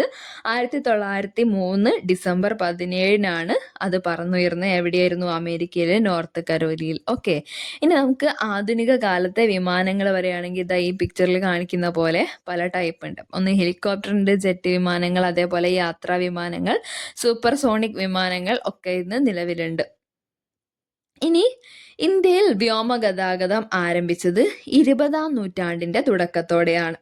1911 അലഹബാദിൽ നിന്ന് 10 കിലോമീറ്റർ മാത്രം അകലെയുള്ള നൈനി എന്ന് പറയുന്ന സ്ഥലത്തേക്ക് കത്തുകൾ വഹിച്ചുകൊണ്ടുള്ള വിമാനം പറന്നുയർന്നതോടെയാണ് ആദ്യമായി ഇന്ത്യയിൽ വ്യോമഗതാഗതം സ്റ്റാർട്ട് ചെയ്യുന്നത്. 1911 അലഹബാദിൽ നിന്ന് നൈനിയിലേക്ക്, അലഹബാദ് ടു നൈനി എത്ര കിലോമീറ്റർ? 10 കിലോമീറ്റർ. ഓക്കെ, ഇന്ത്യയിലെ ആദ്യത്തെ വാണിജ്യ വിമാന കമ്പനിയാണ് ടാറ്റ എയർലൈൻസ്. 1932 കറാച്ചി മുതൽ മുംബൈ വരെ സർവീസ് നടത്തിയത് ടാറ്റ എയർലൈൻസ്. ഓക്കെ, പിന്നെ മുംബൈയിലെ ജുഹു ആണ് ആദ്യത്തെ വിമാനത്താവളം. ഓർത്ത് വെക്കുക, പേരെന്താ? ജുഹു. മുംബൈയിലെ ജുഹു ആണ് ഇന്ത്യയിലെ ആദ്യത്തെ വിമാനത്താവളം. ഇന്ത്യയിലെ ആദ്യത്തെ വാണിജ്യ വിമാന കമ്പനി ടാറ്റ എയർലൈൻസ്. 1932 കറാച്ചി ടു മുംബൈ പഠിച്ചു. പിന്നെ ഇന്ത്യയിലെ ആദ്യത്തെ വിമാനത്താവളം മുംബൈയിലെ ജുഹു. സെറ്റാണല്ലോ. ഇനി ലോകത്തിൽ ഏറ്റവും വിപുലമായ വ്യോമഗതാഗത ശൃംഖലയുള്ള രാജ്യങ്ങളിലൊന്നാണ് ഇന്ത്യ എന്നുള്ളത് ഓർത്ത് വെച്ചേക്കാട്ടോ. വ്യോമഗതാഗതത്തിന് കുറച്ച് മേന്മകളൊക്കെ ഉണ്ട്. ടെക്സ്റ്റിൽ പറയുന്നത് എന്തൊക്കെയാണെന്ന് വെച്ചാൽ വിനോദസഞ്ചാരം, പിന്നെ വാണിജ്യത്തിന്റെ വ്യാപനം, അതേപോലെ ഏറ്റവും വേഗതയേറിയ ഗതാഗത മാർഗമാണ്. അതേപോലെ പ്രകൃതി ദുരന്തങ്ങളിൽ പ്രവർത്തനത്തിനായി നമ്മൾ വ്യോമഗതാഗതത്തെ യൂസ് ചെയ്യുന്നുണ്ട്. അതേപോലെ ദേശീയ പ്രതിരോധത്തിന് ഉപയോഗപ്പെടുത്തുന്നുണ്ട്. വിവിധ ഭൂഖണ്ഡങ്ങളെ അല്ലെങ്കിൽ രാജ്യങ്ങൾ, വിവിധ ഭൂഖണ്ഡങ്ങളിലായിട്ട് സ്ഥിതി ചെയ്യുന്ന രാജ്യങ്ങളെ തമ്മിൽ ബന്ധിപ്പിക്കാൻ വേണ്ടിയിട്ടും ഉപയോഗിക്കുന്നുണ്ട്. ഭൂമിയെ ഒരു ആഗോള ഗ്രാമമാക്കുകയും ചെയ്യുന്നുണ്ട്. ഓക്കെ, ആശ്രാമ മൈതാനം എന്ന് പറയുന്ന സമയത്ത് ഒരു വലിയ കണ്ടൽ പ്രദേശം തന്നെയാണ്. പിന്നെ കണ്ടൽക്കാട് കൂടാതെ അവിടെ ഒരുപാട് വലിയ വിസ്തൃതിയേറിയ ഗ്രൗണ്ട് ഉണ്ട്. അവിടെ ആവുന്ന സമയത്ത് ഈ ഡ്രൈവിംഗ് പരിശീലനം അങ്ങനെ ഒരുപാട് കാര്യങ്ങളൊക്കെയാണ് ഇപ്പം. എൻ്റെ ഒരു ബെസ്റ്റ് ഫ്രണ്ടിൻ്റെ നാടാണ് കൊല്ലം ജില്ല. അപ്പോൾ അവരൊക്കെ അവിടെ നിന്നാണ് ഡ്രൈവിംഗ് പഠിച്ചിരിക്കുന്നത്. ഈ പ്ലേസിനെ കുറിച്ചിട്ട് അതുകൊണ്ട് തന്നെ കേട്ട് നല്ല പരിചയമുണ്ട്. അപ്പോൾ കേരളത്തിൽ ആദ്യമായി വിമാനം ഇറങ്ങിയ സ്ഥലമാണ് ആശ്രാമം മൈതാനം, കൊല്ലം ജില്ലയിലാണ്. ഓക്കെ, ഇനി വായു മലിനീകരണത്തിനുള്ള കാരണങ്ങൾ പറയുകയാണെങ്കിൽ വാഹനങ്ങളുടെ ആധിക്യം, അതേപോലെ നിർമ്മാണ പ്രവർത്തനങ്ങൾ ഒക്കെയാണ് കേട്ടോ. അത് ഈ ഒരു ന്യൂസ് കട്ടിങ്ങിൽ നമ്മൾ കാണുന്നത് വായു മലിനീകരണത്തിൻ്റെ ഒരു ന്യൂസാണ്. അതായത് ന്യൂഡൽഹിയിലുള്ള കാര്യങ്ങളൊക്കെയാണ് പറയുന്നത്. ഇത് ടെക്സ്റ്റിൽ കൊടുത്തിട്ടുള്ളതാണ്. ഓക്കെ, വാഹനങ്ങളുടെ പെരുപ്പം എന്തൊക്കെ പ്രത്യാഘാതങ്ങളാണ് സൃഷ്ടിക്കുന്നത് എന്ന് ചോദിച്ചാൽ വർദ്ധിച്ച ഗതാഗത കുരുക്ക്, അതേപോലെ വായു മലിനീകരണം, പിന്നെ ശബ്ദ മലിനീകരണം, ആരോഗ്യ പ്രശ്നങ്ങൾ, അതേപോലെ ഉയർന്ന തോതിലുള്ള വാഹന അപകടങ്ങൾ ഒക്കെ വാഹന പെരുപ്പം കാരണമാണ് ഉണ്ടാവുന്നത്. ഇനി നമ്മൾ ഗതാഗതം കഴിഞ്ഞു. ഈ പാഠത്തിലുള്ള നെക്സ്റ്റ് പോർഷനാണ് നമുക്ക് ആശയവിനിമയം എന്ന് പറയുന്നത്. ആദ്യമായി എഴുത്ത് വിദ്യ വികസിപ്പിച്ചത് സുമേറിയക്കാരാണ്. ആരാണ്? സുമേറിയക്കാർ. സുമേറിയൻ ലിപി ക്യൂണിഫോം എന്ന പേരിലാണ് അറിയപ്പെടുന്നത്. ക്യൂണിഫോം എന്നാണ് സുമേറിയൻ ലിപിന്റെ പേര് കേട്ടോ. ഈ കളിമൺ ഫലകങ്ങളിലാണ് ഇത് എഴുതി വെച്ചിട്ടുണ്ടായിരുന്നത്. ഈജിപ്തിൽ രൂപം കൊണ്ടിട്ടുള്ള ലിപിയാണ് ഹൈറോഗ്ലിഫിക്സ്. ഹൈറോഗ്ലിഫിക്സ് എന്ന വാക്കിന്റെ അർത്ഥം വിശുദ്ധമായ എഴുത്ത് എന്നാണ്. ഇത് അങ്ങോട്ടും ഇങ്ങോട്ടും കൺഫ്യൂഷൻ ആയി പോവരുത്. ഹൈറോഗ്ലിഫിക്സ് എവിടെയാ? ഈജിപ്തിലാണ്. സുമേറിയൽ എന്താ? ക്യൂണിഫോം ആണ്. Okay, Sumeria, cuneiform, Egypt, hieroglyphics. സെറ്റാണല്ലോ. ഇനി ഒരു ടേബിൾ നോക്കാം. ഇതിൽ ശിലകള്, കൂർത്ത കല്ലുപയോഗിച്ചാണ് ശിലകളിൽ എഴുതിയിട്ടുണ്ടായിരുന്നത്. പിന്നെ അതേപോലെ ചെമ്പ് തകിടുകളിൽ എഴുതിയിരുന്നു. ലോഹ എഴുത്താണിയാണ് അവിടെ യൂസ് ചെയ്തിരുന്നത്. പിന്നെ താളിയോലയിൽ എഴുതാനായിട്ട് ഉപയോഗിച്ചിരുന്ന ഉപകരണം എഴുത്താണി തന്നെയാണ്. എഴുത്താണി. ഓക്കെ, ഇനി അച്ചടി സാങ്കേതിക വിദ്യ കണ്ടുപിടിച്ചത് ചൈനക്കാരാണ് കേട്ടോ. അച്ചടി സാങ്കേതിക വിദ്യ കണ്ടുപിടിച്ചത് ചൈനക്കാരാണ്. ജർമ്മൻകാരനായ ഗുട്ടൻബർഗ് ആണ് ഇരുമ്പ് ഉപയോഗിച്ചുള്ള അച്ചടി യന്ത്രം ആദ്യമായിട്ട് കണ്ടുപിടിച്ചത്. അച്ചടി യന്ത്രം ഗുട്ടൻബർഗ്. അച്ചടി യന്ത്രം ഗുട്ടൻബർഗ്. ഓക്കെ, പൂർണ്ണമായും മലയാളത്തിൽ അച്ചടിച്ച ആദ്യത്തെ പുസ്തകമാണ് ഈ പിക്ചറിൽ കാണിക്കുന്ന സംക്ഷേപ വേദാർത്ഥം. ഓക്കെ, ഇത് PSC പ്രീവിയസ് ക്വസ്റ്റ്യൻ ആണ്. ഗുട്ടൻബർഗ് ഈ അച്ചടി യന്ത്രത്തിൻ്റെതും പ്രീവിയസ് ക്വസ്റ്റ്യൻ ആണ്. അതേപോലെ സംക്ഷേപ വേദാർത്ഥം ഇമ്പോർട്ടൻ്റ് ആണ്. പൂർണ്ണമായും മലയാളത്തിൽ അച്ചടിച്ച ആദ്യത്തെ പുസ്തകം. റീസെൻ്റ് ആയിട്ട് 2024 ലാസ്റ്റ് നടന്നിട്ടുള്ള ഏതോ ഒരു LD എക്സാമിന് ഇത് ചോദിച്ച ക്വസ്റ്റ്യൻ ആണ്. ഓക്കെ, ഇനി ആശയവിനിമയ രീതികൾ പറയുകയാണെങ്കിൽ വ്യക്തിഗത ആശയവിനിമയമുണ്ട്, അതേപോലെ ബാഹ്യജന ആശയവിനിമയമുണ്ട്. 2 ടൈപ്പാണുള്ളത്. ഫസ്റ്റ് വ്യക്തിഗത ആശയവിനിമയം നോക്കാം.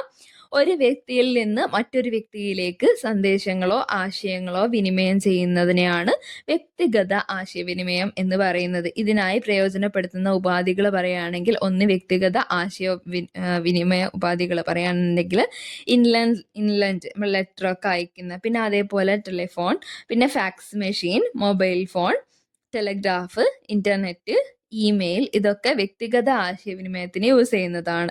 ഇനി ബഹുജന ആശയവിനിമയം നോക്കുകയാണെങ്കിലോ, ഒരു സന്ദേശമോ ആശയമോ ഒരു വലിയ ജനങ്ങളിലേക്ക് എത്തിക്കാൻ വേണ്ടിയിട്ട്, അതായത് വലിയൊരു വിഭാഗങ്ങളിലേക്ക് എത്തിക്കാൻ വേണ്ടിയിട്ട് ബഹുജന ആശയവിനിമയങ്ങളാണ് യൂസ് ചെയ്യുന്നത്. ഇതിന് എക്സാമ്പിൾ പറയാച്ചാൽ പത്രങ്ങള്, പൊതുയോഗം, ടെലിവിഷൻ നല്ലൊരു പൊതുജന ആശയവിനിമയ രീതിയാണ്, ബഹുജന ആശയവിനിമയ രീതിയാണ്. പിന്നെ അതേപോലെ സിനിമകൾ, പുസ്തകങ്ങൾ, റേഡിയോ, മാഗസിന്, തെരുവ് നാടകങ്ങൾ, സെമിനാർ, കലാരൂപങ്ങൾ ഒക്കെ ബഹുജന ആശയവിനിമയത്തിന് എക്സാമ്പിൾ ആണ്. നമ്മൾ പൊതുവായിട്ട് അവതരിപ്പിക്കുന്നത്, അത് ഓർത്ത് വെച്ചാൽ മതി. ഇനി ഇന്റർനെറ്റിനെ കുറിച്ചിട്ട് കുറച്ച് കാര്യങ്ങൾ പറയുന്നുണ്ട്. ഇന്റർനെറ്റ് അധിഷ്ഠിത നൂതന ആശയവിനിമയ സാങ്കേതിക വിദ്യ. ലോകമെമ്പാടുമുള്ള കമ്പ്യൂട്ടറുകളെ ബന്ധിപ്പിക്കുന്ന ശൃംഖലനെയാണ് ഇന്റർനെറ്റ് എന്ന് വിളിക്കുന്നത്. അകലെയുള്ള സ്ഥലങ്ങളിൽ ഇരിക്കുന്ന ആളുകൾക്ക് ഇന്റർനെറ്റിന്റെ സഹായത്തോടെ കണ്ടുകൊണ്ട് സംസാരിക്കാനാണ് വീഡിയോ കോൺഫറൻസിങ് യൂസ് ചെയ്യുന്നത്. അതൊക്കെ ഈ ടെക്സ്റ്റ് ബുക്കിൽ പറയുന്നുണ്ട്. പിന്നെ ഈ 3 ഓർത്ത് വെക്കുക: ഇ കോമേഴ്സ്, ഇമെയില്, പിന്നെ ടെലിമെഡിസിൻ. ഈ ഫസ്റ്റ് പറയുന്ന ഈ കൊമേഴ്സ് എന്ന് പറയുമ്പോൾ കൊമേഴ്സ് ആ ടേമിൽ തന്നെയുണ്ട് വാണിജ്യം, വ്യാപാരമൊക്കെ. അതായത് കൊമേഴ്ഷ്യൽ ആയിട്ടുള്ള കാര്യങ്ങൾ. ഇന്റർനെറ്റ് സംവിധാനത്തിലൂടെ സാധനങ്ങളും സേവനങ്ങളും വാങ്ങുന്നതിനും വിൽക്കുന്നതിനുമുള്ള സംവിധാനമാണ് ഇ കൊമേഴ്സ്. അതേപോലെ ഇമെയിൽ എന്താണ്? ഇലക്ട്രോണിക് മാധ്യമങ്ങൾ ഉപയോഗിച്ച് സന്ദേശങ്ങൾ അയക്കുകയും സ്വീകരിക്കുകയും ചെയ്യുന്ന ഒരു സംവിധാനമാണ്. ലാസ്റ്റ് വന്ന് ടെലിമെഡിസിൻ ആണ്. ഇതിൽ വിവര സാങ്കേതിക വിദ്യയുടെ സഹായത്തോടെ അകലെയുള്ള ഡോക്ടർമാരുടെ സേവനം ആരോഗ്യരംഗത്ത് ഉപയോഗപ്പെടുത്തുന്നു. അതായത് നമുക്ക് ഫോൺ വിളിച്ചിട്ട് ഡോക്ടർമാരുടെ സേവനം പ്രയോജനപ്പെടുത്താൻ പറ്റുന്ന അങ്ങനെയുള്ള വിവര സാങ്കേതിക വിദ്യയുടെ സഹായത്തോടെ ഇങ്ങനെ അകലെയുള്ള ഡോക്ടർമാരുടെ സേവനം ഉപയോഗപ്പെടുത്തുന്നതിനെയാണ് ടെലിമെഡിസിൻ എന്ന് പറയുന്നത്. ഓക്കെ, പിന്നെ ഈ ഒരു പാഠത്തിൽ നമുക്കൊരു മാപ്പ് തന്നിട്ടുണ്ട്. അതാണ് ഈ കാണിച്ചിരിക്കുന്നത്. ഇതിൽ മെയിനായിട്ട് നമ്മളെ തുറമുഖങ്ങളും വിമാനത്താവളങ്ങളും പിന്നെ റോഡുകളും റെയിൽപാളങ്ങളും ഒക്കെയാണ് കാണിച്ചിരിക്കുന്നത്. അതിൽ മാർക്ക് ചെയ്തിട്ടുള്ള വിമാനത്താവളങ്ങൾ പറയുകയാണെന്നുണ്ടെങ്കിൽ ഫസ്റ്റ് വണ്ണ് തിരുവനന്തപുരമാണ്. അതേപോലെ പിന്നെ കൊച്ചി കാണിക്കുന്നുണ്ട്, അതേപോലെ കോഴിക്കോട്, പിന്നെ കണ്ണൂർ. ഓക്കെ, 4 വിമാനത്താവളങ്ങൾ ഈ മാപ്പിൽ കാണിക്കുന്നുണ്ട്. പിന്നെ ആണെന്നുണ്ടെങ്കിൽ നമ്മളെ തുറമുഖങ്ങളാണ്. കൊച്ചി തുറമുഖവും വിഴിഞ്ഞോം തുറമുഖവും ആണ് ഇതിൽ മാർക്ക് ചെയ്തിരിക്കുന്നത്. ഓക്കെ, ഇനി നമുക്ക് നാടറിയാം എന്നുള്ള ചാപ്റ്ററാണ് പഠിക്കാനുള്ളത് കേട്ടോ. ചാപ്റ്റർ 8 നാടറിയാം. അതിൽ ഫസ്റ്റ് തന്നെ ഇങ്ങനെ കുറച്ച് വരികളാണ് കൊടുത്തിട്ടുള്ളത്. മാതൃവന്ദനം എന്നുള്ള കവിതയിൽ വള്ളത്തോൾ നാരായണമേനോൻ എഴുതിയിരിക്കുന്നതാണ്. പച്ചയാം വിരിപ്പിട്ട സഹ്യനിൽ തലവെച്ചും സ്വച്ഛാബ്ദി മണൽത്തിട്ടാം പാദോപദാനം പൂണ്ടും പള്ളി കൊണ്ടിടുന്ന നിൻ പാർശ്വയുഗ്മത്തെ കാത്തുകൊള്ളുന്നു കുമാരിയും ഗോകർണേശനും മമ്മേ. അതായത് നമ്മുടെ ഈ ഒരു കേരളത്തിനെ കുറിച്ചിട്ട് നല്ല രീതിക്ക് വർണ്ണിച്ചിരിക്കുന്നു. ഇവിടുത്തെ ഭൂപ്രകൃതിനെ എടുത്തെടുത്ത് ഓരോന്നും പറഞ്ഞിട്ട് സഹ്യപർവ്വതത്തിനെ ഒക്കെ മെൻഷൻ ചെയ്തിട്ട് ഇങ്ങനെ ഈ വരികൾ എഴുതിയിരിക്കുന്നത് ആരാണ്? വള്ളത്തോൾ നാരായണ മേനോൻ. ഓക്കെ, മാതൃവന്ദനം എന്നാണ് ഈ കവിതയുടെ പേര് കേട്ടോ. പിന്നെ കേരളത്തിന്റെ വിസ്തീർണം നോക്കാം. എത്രയാ കേരളത്തിന്റെ വിസ്തീർണം? ഓൾവേസ് നമ്മളോട് PSC ചോദിക്കുന്ന ക്വസ്റ്റ്യൻ ആണ് കേട്ടോ. 38,863 ചതുരശ്ര കിലോമീറ്റർ ആണ്. ഇന്ത്യൻ യൂണിയന്റെ ആകെ വിസ്തൃതിയുടെ 1.18% കേരളം ഉള്ളത്. അപ്പൊ നമ്മൾ വെറുതെ ഒന്ന് ഈ ഇന്ത്യൻ്റെതും കൂടി ഓർത്ത് വെച്ചേക്കുക. 32, 87, 263. അതായത് 32,87,263. നമ്മൾ ഓർത്ത് വെക്കാൻ വേണ്ടിയിട്ട് ഇങ്ങനെ മുറിച്ച് മുറിച്ച് പഠിച്ചാൽ മതി അല്ലേ. അപ്പം കേരളത്തിൻ്റെത് 38,863. 38,863 ചതുരശ്ര കിലോമീറ്റർ എന്ന് പറയുന്നത് ഇന്ത്യയുടെ വിസ്തീർണത്തിൻ്റെ 1.18% നമ്മളിപ്പോൾ പഠിച്ചു അല്ലേ.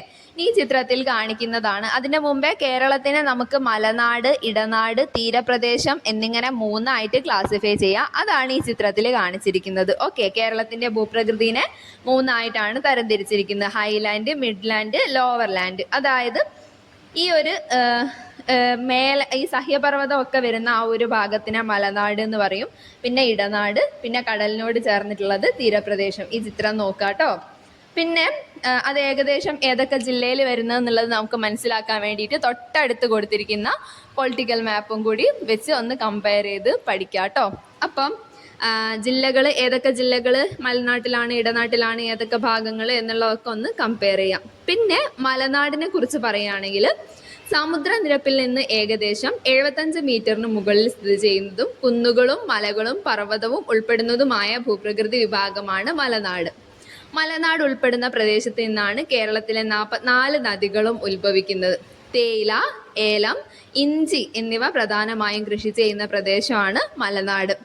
കേരളത്തിൽ മലനാട് പ്രദേശം ഭാഗമായി വരുന്ന പശ്ചിമഘട്ട മലനിരകളുണ്ട്. അതേപോലെ പശ്ചിമഘട്ടത്തിൽ ഏറ്റവും ഉയരം കൂടിയ കൊടുമുടിയായിട്ട് ആനമുടി ഉണ്ട് അല്ലേ. ആനമുടീൻ്റെ ഹൈറ്റ് എത്രയാണ്? 2695 മീറ്റർ ആണ്. അടിയിൽ ചോദിക്കുകയാണെങ്കിൽ 8842 അടിയാണ് കേട്ടോ. പിന്നെ കേരളത്തിൻ്റെ ആകെ ഭൂവിസ്തൃതിയുടെ 48% മലനാടാണ്. അങ്ങനെ ക്ലാസിഫൈ ചെയ്യുന്ന സമയത്ത് നമുക്ക് 48% മലനാട്, 42% ഇടനാട്, ബാക്കി വരുന്ന 10% തീരപ്രദേശം. അത് പഠിച്ചു വെക്കണം കേട്ടോ. ഇപ്പം കേരളത്തിൻ്റെ ആകെ ഭൂവിസ്തൃതിയുടെ 48% മലനാടാണ്. മലനാടിൻ്റെ ശരാശരി ഹൈറ്റ് എന്ന് പറയുന്നത് 900 മീറ്റർ ആണ്. 900 മീറ്റർ ആണ്. കേരളത്തിൻ്റെ കിഴക്ക് ഭാഗത്ത് മലനാട് സ്ഥിതി ചെയ്യുന്നു. അതിൻ്റെ തൊട്ട ഇടയിലായിട്ട്, അതായത് തീരപ്രദേശത്തിനും മലനാടിനും ഇടയിലായിട്ടാണ് ഇടനാട് കാണപ്പെടുന്നത്. ഈ മലനാടിനും തീരപ്രദേശത്തിനും ഇടയിലുള്ള ഈ ഒരു പ്രദേശം എത്ര ഹൈറ്റിലാണുള്ളത്? സമുദ്രനിരപ്പിൽ നിന്ന് 7.5 മീറ്റർ മുതൽ 75 മീറ്റർ വരെ ഹൈറ്റിലാണുള്ളത്. ഓക്കെ, എത്ര പെർസെൻറ്റേജ് ആണെന്നാണ് നമ്മൾ പഠിച്ചത്? 42%. കേരളത്തിൻ്റെ ആകെ ഭൂവിസ്തൃതിയുടെ 42% ഇടനാട്. ഓക്കെ, ഇനി ഇടനാട്ടിൽ പ്രധാനമായും കാണപ്പെടുന്ന മണ്ണിനമാണ് ലാറ്ററൈറ്റ് മണ്ണ്. ഇടനാട്ടിൻ്റെ പടിഞ്ഞാറേ അതിരാണ് തീരപ്രദേശം. അതേപോലെ കാർഷിക വൈവിധ്യം കൊണ്ടും ജലസാന്നിധ്യം കൊണ്ടും സമ്പന്നമായിട്ടുള്ള ഈ പ്രദേശത്ത് ചെറുകുന്നുകളും താഴ്വരകളും നദീതടങ്ങളും കാണപ്പെടുന്നുണ്ട്. ഇനി നമുക്ക് തീരപ്രദേശത്തിലേക്ക് കടക്കാം. തീരപ്രദേശം എന്ന് പറയുമ്പം അറബിക്കടലിനോട് ചേർന്ന് കാണപ്പെടുന്ന ഭൂപ്രകൃതി വിഭാഗമാണ് തീരപ്രദേശം. കടൽ തീരത്തോടടുത്ത് സ്ഥിതി ചെയ്യുന്ന ഈ പ്രദേശത്തിന് സമുദ്രനിരപ്പിൽ നിന്ന് 7.5 മീറ്റർ വരെയാണ് ഉയരം. അപ്പം നമ്മളിത് പഠിക്കുന്ന സമയത്ത് 75 മീറ്ററിന് മുകളിൽ മലനാട്, 7.5നും 75നും ഇടയിൽ ഇടനാട്, 7.5 മീറ്റർ വരെ, അതായത് 7.5 മീറ്ററിൽ താഴെയുള്ള സ്ഥലങ്ങളും ഒക്കെയാണ് തീരപ്രദേശം. നമ്മൾ പഠിച്ചല്ലേ, സെറ്റാണ്. ഇനി എക്കൽ അടിഞ്ഞുണ്ടായ സമതലങ്ങൾ, മണൽപ്പരപ്പുകൾ, കടൽ തീരം, കായലുകൾ, വെള്ളക്കെട്ടുകൾ എല്ലാം ഉൾപ്പെട്ടതാണ് തീരപ്രദേശം. കേരളത്തിന്റെ ഭൂവിസ്തൃതിയുടെ 10% തീരപ്രദേശം. കേരളത്തിന്റെ തീരദേശ ദൈർഘ്യം എന്ന് പറയുന്നത് 580 കിലോമീറ്റർ ആണ്. ഇത് PSC പ്രീവിയസ് ക്വസ്റ്റ്യൻ ആണ് കേട്ടോ. കേരളത്തിൽ കടൽ തീരമുള്ള ജില്ലകൾ 9 എണ്ണാണ്. ബാക്കി 5 എണ്ണം, അതായത് ടോട്ടൽ 14 ജില്ലയിൽ ബാക്കി 5 എണ്ണത്തിന് കടൽ തീരം ഇല്ല. അപ്പൊ ആർക്കൊക്കെയാ കടൽ തീരം ഇല്ലാത്തത്? ഇമ്പോർട്ടൻ്റ് ആണ്, പഠിച്ചു വെക്കണം കേട്ടോ. ഒരു കാട്, ഒരു നാട്. അതേപോലെ കാട് കൂടുതലുള്ള ജില്ല ഇടുക്കി. അപ്പൊ പാലക്കാട്, വയനാട്, ഇടുക്കി പഠിച്ചല്ലോ. ഇനി ഒരു പത്തനംതിട്ടയുണ്ട്, കോട്ടയമുണ്ട്. രണ്ടിലും ഇട്ട വരുന്നുണ്ടല്ലോ. അപ്പൊ പത്തനംതിട്ട, കോട്ടയം. അതേപോലെ നമ്മൾ ഫസ്റ്റ് പഠിച്ചു കാട്, നാട്, പാലക്കാട്, വയനാട്. അതേപോലെ ഇടുക്കി, കാട് കൂടുതലുള്ള പ്രദേശം ഇടുക്കി. അന്നപ്പം കടൽ തീരമില്ലാത്ത കേരളത്തിലെ ജില്ലകൾ ഏതൊക്കെയാണ് നമ്മൾ പഠിച്ചു കഴിഞ്ഞു? പാലക്കാട്, വയനാട്, ഇടുക്കി, പത്തനംതിട്ട, കോട്ടയം. സെറ്റാണല്ലോ. ഇനി ഏറ്റവും കൂടുതൽ കടൽ തീരമുള്ള ജില്ല അത് കണ്ണൂർ ജില്ലയാണ് കേട്ടോ. ഏറ്റവും കുറവ് കടൽ തീരം കൊല്ലം ജില്ലയിലുമാണ്. പിന്നെ തീരപ്രദേശത്തെ പ്രധാനപ്പെട്ട കാർഷിക വിളകൾ പറയുകയാണെങ്കിൽ നെല്ല്, തെങ്ങ് ഒക്കെ തീരപ്രദേശത്തുള്ള പ്രധാനപ്പെട്ട കാർഷിക വിളയാണ്. ഇനി നമുക്ക് കേരളത്തിന്റെ കാലാവസ്ഥയിലേക്ക് കടക്കാം. കേരളത്തിൽ പ്രധാനമായിട്ടും 2 മഴക്കാലങ്ങളാണുള്ളത്. ഒന്ന് തെക്ക് പടിഞ്ഞാറൻ മൺസൂൺ കാലവും പിന്നെ വടക്കു കിഴക്കൻ മൺസൂൺ കാലം. തെക്കു പടിഞ്ഞാറൻ എന്ന് പറയുമ്പം അതിന് കാലവർഷം അല്ലെങ്കിൽ ഇടവപ്പാതി എന്ന് പറയും. നമ്മൾ കഴിഞ്ഞ പാഠത്തിൽ പഠിക്കുന്ന സമയത്ത് ഓൾറെഡി പറഞ്ഞ ഒരു കോഡാണ്. കാലം ഇടയ്ക്കിടയ്ക്ക് തെക്കോട്ടെടുക്കുമെന്ന് പഠിച്ചാൽ മതി അല്ലേ. അതായത് കാലവർഷവും ഇടവപ്പാതിയും തെക്ക് പടിഞ്ഞാറൻ മൺസൂണും സെയിം ആണ്. അപ്പൊ പിന്നെ മാറിപ്പോകൂല. വടക്കു കിഴക്കൻ മൺസൂണിനെയാണ് നമ്മൾ തുലാവർഷം എന്ന് വിളിക്കുന്നത്. സെറ്റ് ആണല്ലോ. അപ്പം കേരളത്തിൽ ലഭിക്കുന്ന മഴയുടെ ഭൂരിഭാഗവും തെക്കു പടിഞ്ഞാറൻ മൺസൂൺ കാലത്താണ് പെയ്യുന്നത്. അറബിക്കടലിൽ നിന്നുള്ള നീരാവി നിറഞ്ഞിട്ടുള്ള കാറ്റാണ് ഇടവപ്പാതിക്ക് കാരണം. ഒക്ടോബർ മാസത്തോടെ ആരംഭിക്കുന്ന മഴക്കാലമാണ് വടക്കു കിഴക്കൻ മൺസൂൺ അല്ലെങ്കിൽ തുലാവർഷം. ഈ തുലാവർഷത്തിൽ ബംഗാൾ ഉൾക്കടലിൽ നിന്നുള്ള നീരാവി നിറഞ്ഞ കാറ്റാണ് മഴ പെയ്യുന്നത്. അപ്പൊ അറബിക്കടലിൽ നിന്ന് വരുന്നത് തെക്കു പടിഞ്ഞാറൻ മൺസൂണ്. എന്നാൽ തുലാവർഷത്തിൽ പെയ്യുന്നത് എവിടെ നിന്നുള്ള വെള്ളമാണ്? ബംഗാൾ ഉൾക്കടലിൽ നിന്നുള്ള നീരാവി നിറഞ്ഞിട്ടുള്ള കാറ്റാണ് വരുന്നത്. ഓക്കെ, ഇനി ചെങ്കടൽ കൂടി കേരളത്തിലേക്ക് ഉള്ള എളുപ്പമാർഗം കണ്ടെത്തിയ വ്യക്തിയാണ് ഹിപ്പാലസ്. ഹിപ്പാലസ് കാറ്റ് എന്നറിയപ്പെടുന്നത് തെക്ക് പടിഞ്ഞാറൻ മൺസൂൺ ആണ്. കണക്ട് ചെയ്ത് വെച്ചേക്ക. ഹിപ്പാലസ് കാറ്റ് തെക്ക് പടിഞ്ഞാറൻ മൺസൂൺ ആണ്. ഹിപ്പാലസ് എന്താ ചെയ്തത്? ചെങ്കടൽ കൂടി കേരളത്തിലേക്കുള്ള എളുപ്പമാർഗം കണ്ടെത്തി. ഓക്കെ, ഇനി മൺസൂണിന്റെ കവാടം എന്നറിയപ്പെടുന്നത് നമ്മുടെ കേരളമാണ് കേട്ടോ. മൺസൂണിന്റെ കവാടം എന്നറിയപ്പെടുന്ന സംസ്ഥാനമാണ് കേരളം. ഇന്ത്യയിലേക്ക് മൺസൂൺ പ്രവേശിക്കുന്നത് കേരളത്തിലൂടെയാണ്. ഓക്കെ, ഇനി അപ്പോൾ കേരളത്തിൽ ഉഷ്ണമേഖലാ കാലാവസ്ഥയാണ്. കേരളം ഉൾപ്പെടുന്ന കാലാവസ്ഥാ മേഖല ഉഷ്ണമേഖലാ കാലാവസ്ഥയാണ്. പിന്നെ കേരളത്തിൽ ഏറ്റവും കൂടുതൽ മഴ ലഭിക്കുന്നത് ഏത് മാസത്തിലാണ്? ജൂലൈ മാസത്തിലാണ് കേട്ടോ. ഏറ്റവും കുറവ് മഴ ലഭിക്കുന്നത് ജനുവരിയിലുമാണ്. കൂടുതൽ മഴ ജൂലൈയിലും കുറവ് മഴ ജനുവരിയിലുമാണ്. കേരളത്തിലെ ശരാശരി വാർഷിക വർഷപാതം എന്ന് പറയുന്നത് 300 സെൻറ്റിമീറ്റർ ആണ്. ടോട്ടൽ 300 സെൻറ്റിമീറ്റർ മഴയാണ് കേരളത്തിൽ ശരാശരി കിട്ടുന്ന മഴ. ഓക്കെ, മൺസൂണിന് മുൻപായുള്ള വേനൽ മഴയാണ് മാംഗോ ഷവർ എന്ന് വിളിക്കുന്നത്. അത് കേരളത്തിലും കർണാടകത്തിലുമാണ് നമുക്കറിയാം. പിന്നെ കേരളത്തിൽ ഏറ്റവും കൂടുതൽ മഴ ലഭിക്കുന്ന ജില്ലയാണ് കോഴിക്കോട്. കുറവാണെന്നുണ്ടെങ്കിൽ തിരുവനന്തപുരം. കോഴിക്കോട് ഏറ്റവും കൂടുതൽ മഴയും കുറവ് തിരുവനന്തപുരത്തുമാണ്. ഓക്കെ, പിന്നെ മൺസൂൺ നോക്കാം. കാലത്തിന്റെ മാറ്റത്തിനനുസരിച്ച് ഗതി മാറി വീശുന്ന കാറ്റുകളെയാണ് നമ്മൾ മൺസൂൺ കാറ്റുകൾ എന്ന് വിളിക്കുന്നത്. കാലത്തിന്റെ മാറ്റത്തിനനുസരിച്ച് ഗതി മാറി വീശുന്നത്. ഗതി എന്ന് വെച്ചാൽ അതിന്റെ വീശുന്ന ദിശ. ഓക്കെ, പിന്നെ ജൂൺ സെപ്റ്റംബർ മാസങ്ങൾ ഭൂമധ്യരേഖയ്ക്ക് വടക്ക് ഇന്ത്യൻ സമുദ്രത്തിൽ തെക്ക് പടിഞ്ഞാറ് ദിശയിൽ നിന്നും കരയിലേക്ക് വീശുന്ന മഴക്കാറ്റുകളെയാണ് തെക്ക് പടിഞ്ഞാറൻ മൺസൂൺ കാറ്റുകൾ എന്ന് വിളിക്കുന്നത്. കടലിൽ നിന്നും വീശുന്നതിനാൽ ഇവ ഈർപ്പവാഹിനികളായിരിക്കും. കരയിലേക്ക് പ്രവേശിക്കുന്ന ഈ കാറ്റുകളെ പശ്ചിമഘട്ട മലനിരകൾ തടഞ്ഞു നിർത്തുന്നു. ഇതിന്റെ ഫലമായി കേരളം ഉൾപ്പെടുന്ന പടിഞ്ഞാറൻ തീരത്ത് ഉയർന്ന തോതിൽ മഴ ലഭിക്കുന്നുണ്ട്. ഇതാണ് തെക്ക് പടിഞ്ഞാറൻ മൺസൂൺ. അപ്പോൾ അറബിക്കടലിൽ നിന്നാണ് തെക്ക് പടിഞ്ഞാറൻ മൺസൂൺ വരുന്നത്. ഓർക്കാം, നമ്മൾ നേരത്തെയും പറഞ്ഞു. ഇനി ഒക്ടോബർ നവംബർ മാസങ്ങളിൽ നേർ വിപരീത ദിശയിൽ വടക്കുകിഴക്ക് നിന്നും വീശുന്ന മൺസൂൺ കാറ്റുകളെയാണ് വടക്കുകിഴക്കൻ മൺസൂൺ കാറ്റുകൾ എന്ന് വിളിക്കുന്നത്. ഈ കാറ്റുകളുടെ ഒരു ഭാഗം ബംഗാൾ ഉൾക്കടലിന് മുകളിലൂടെ കടന്നു പോകുന്നു. അതിനാൽ തന്നെ അവിടെ നിന്ന് ഈർപ്പപൂരിതമാവുകയും ഇന്ത്യയുടെ തെക്കൻ സംസ്ഥാനങ്ങൾ പലയിടങ്ങളിലും മഴയ്ക്ക് കാരണമാവുകയും ചെയ്യുന്നു. അപ്പോൾ വടക്കു കിഴക്കൻ മൺസൂൺ എങ്ങനെയാ? ബംഗാൾ ഉൾക്കടലിൽ നിന്നാണ് നീരാവിനെ വഹിച്ചു കൊണ്ടുവരുന്നത്. എന്നാൽ തെക്ക് പടിഞ്ഞാറൻ മൺസൂണിലാവുന്ന സമയത്ത് അത് അറബിക്കടലത്തെ വെള്ളമാണ്. ഓർത്ത് വെച്ചേക്കാം. ഇനി ഏതൊക്കെ മാസങ്ങളിലാണെന്നുള്ളതും ഇമ്പോർട്ടൻ്റ് ആണ്. വടക്കു കിഴക്കൻ മൺസൂൺ ഒക്ടോബർ നവംബർ മാസങ്ങളിലാണ്. എന്നാൽ ജൂൺ സെപ്റ്റംബറിലുള്ളതാണ് തെക്ക് പടിഞ്ഞാറൻ മൺസൂൺ. ഓക്കെ, സെറ്റ് ആണല്ലോ. ഇനി കേരളത്തിലെ മണ്ണിനങ്ങളാണ്. മണ്ണിനെ കുറിച്ചുള്ള പഠനമാണ് പെഡോളജി. മണ്ണിനെ കുറിച്ചുള്ള പഠനമാണ് പെഡോളജി. മണ്ണിലൊക്കെ കളിച്ചാൽ കുട്ടികൾക്ക് നമ്മൾ നല്ല പെട കൊടുക്കും. അപ്പോൾ പെഡോളജി മണ്ണിനെ കുറിച്ചുള്ള പഠനം ആണ് എന്ന് ഓർത്ത് വെച്ചേക്കാം. ഇനി ഭൂമിയിൽ ജീവന്റെ നിലനിൽപ്പിന് കാരണമായ പ്രധാനപ്പെട്ട ഘടകമാണ് മണ്ണ്. പാറ പൊടിഞ്ഞ് മണ്ണായി മാറുന്ന പ്രക്രിയ ദീർഘകാലം കൊണ്ടാണ് നടക്കുന്നത്. മണ്ണിന്റെ രൂപീകരണത്തെ സ്വാധീനിക്കുന്ന ഘടകങ്ങൾ എന്ന് പറഞ്ഞാൽ ഒന്ന് ഭൂപ്രകൃതി, പിന്നെ കാലാവസ്ഥ, സസ്യങ്ങളും ജന്തുക്കളും, മാതൃശില, കാലപ്പഴക്കം എന്നിവയൊക്കെയാണ്. പിന്നെ ഈ ഒരു 4 വരി കവിതയൊക്കെ കൊടുത്തിട്ടുണ്ട് ടെക്സ്റ്റിൽ. പിന്നെ 1 ഇഞ്ച് കനത്തിൽ മണ്ണ് രൂപപ്പെടാൻ 1000-ലധികം വർഷങ്ങൾ വേണ്ടി വരും എന്ന് പറയുന്നുണ്ട് കേട്ടോ. 1 ഇഞ്ച് കനത്തിൽ മണ്ണ് രൂപപ്പെടാൻ 1000-ലധികം വർഷങ്ങൾ വേണ്ടി വരും. പിന്നെ കേരളത്തിലെ പ്രധാനപ്പെട്ട മണ്ണിനങ്ങളാണ് ചെങ്കൽ മണ്ണ്, ചെമ്മണ്ണ്, എക്കൽ മണ്ണ്, വനമണ്ണ്, കറുത്ത മണ്ണ്, പീറ്റ് മണ്ണ്, ഓണാട്ടുകര മണ്ണ്. ചെങ്കൽ മണ്ണ് എന്ന് വെച്ചാൽ ലാറ്ററൈറ്റ് സോയിൽ ആണ്. അതേപോലെ ഓണാട്ടുകര മണ്ണിന്റെ കളറ് ഗ്രേ കളറാണ് കേട്ടോ. Greyish Onattukara soil. ഓക്കെ, പിന്നെ അടിസ്ഥാനപരമായി കേരളത്തിലെ മണ്ണിനങ്ങൾ അമ്ല സ്വഭാവമുള്ളതാണ് കേട്ടോ. അമ്ലം എന്ന് വെച്ചാൽ എന്താ? ആസിഡിറ്റി കാണിക്കുന്ന മണ്ണിനാണ് കേരളത്തിൽ പൊതുവെ കൂടുതലായിട്ടും ഉള്ളത്. ഓക്കെ, കേരളത്തിലെ മണ്ണിന് കാർബൺ സംവഹന ശേഷിയും ജലത്തെ നിലനിർത്താനുള്ള കഴിവും ഫോസ്ഫേറ്റ് ധാതുക്കൾ എന്നിവയെ മണ്ണിൽ ഉറപ്പിക്കാനുള്ള കഴിവും വളരെ കുറവാണ്. അപ്പോൾ ഫോസ്ഫേറ്റ് ധാതുക്കൾ എന്നിവയെ മണ്ണിൽ ഉറപ്പിക്കാനുള്ള കഴിവ് കുറവാണ്. അതേപോലെ കാർബൺ സംവഹന ശേഷിയും ജലത്തിനെ നിലനിർത്താനുള്ള കഴിവും ഒക്കെ കുറവാണ്. ഓക്കെ, പിന്നെ കേരളത്തിലെ പ്രധാനപ്പെട്ട മണ്ണിനങ്ങൾ പറയുകയാണെങ്കിൽ ഓരോന്നോരോന്ന് നോക്കാം. ഫസ്റ്റ് മണ്ണ് ചെങ്കൽ മണ്ണ്. ഏറ്റവും കൂടുതൽ, അതായത് കേരളത്തിൽ കൂടുതലായി കാണപ്പെടുന്ന മണ്ണിനമാണ് ചെങ്കൽ മണ്ണ്. തെങ്ങ്, വാഴ, കുരുമുളക്, കശുമാവ്, മരച്ചീനി, കൈതച്ചക്ക എന്നിവയ്ക്ക് അനുയോജ്യമായിട്ടുള്ളതാണ് ചെങ്കൽ മണ്ണ്. നനയുമ്പോൾ പശിമയും വെയിലേൽക്കുമ്പോൾ കാഠിന്യവും പ്രകടമാകുന്ന ഈ മണ്ണിന് അമ്ലഗുണം കൂടുതലാണ്. പിന്നെ ചെമ്മണ്ണാണ്. ചെമ്മണ്ണ് എന്ന് പറയുമ്പോൾ ഇരുമ്പിന്റെ അംശം കൂടുതലുള്ളതാണ്. ഇരുമ്പിന്റെ കൂടുതൽ കണ്ടന്റ് ഉള്ളത് കൊണ്ടാണ് അത് ചുവപ്പ് നിറത്തിൽ കാണപ്പെടുന്നത്. പിന്നെ കേരളത്തിൽ തിരുവനന്തപുരം, നെയ്യാറ്റിൻകര പ്രദേശങ്ങളിലാണ് ഇത് കൂടുതലായും കാണപ്പെടുന്നത്. അപ്പം തിരുവനന്തപുരം, നെയ്യാറ്റിൻകര സ്ഥലത്താണ് ചെമ്മണ്ണ് ഏറ്റവും കൂടുതലുള്ളത്. ഓക്കെ, ഇനി എക്കൽ മണ്ണ് നോക്കാം. എക്കൽ മണ്ണ് എന്ന് പറഞ്ഞാൽ നദീതീരങ്ങളിലാണ് കാണപ്പെടുന്നത്. ഫലപുഷ്ടി കൂടുതലുള്ള എക്കൽ മണ്ണിൽ നെല്ല്, വാഴ, പച്ചക്കറികൾ എന്നിവയൊക്കെ കൃഷി ചെയ്യുന്നു.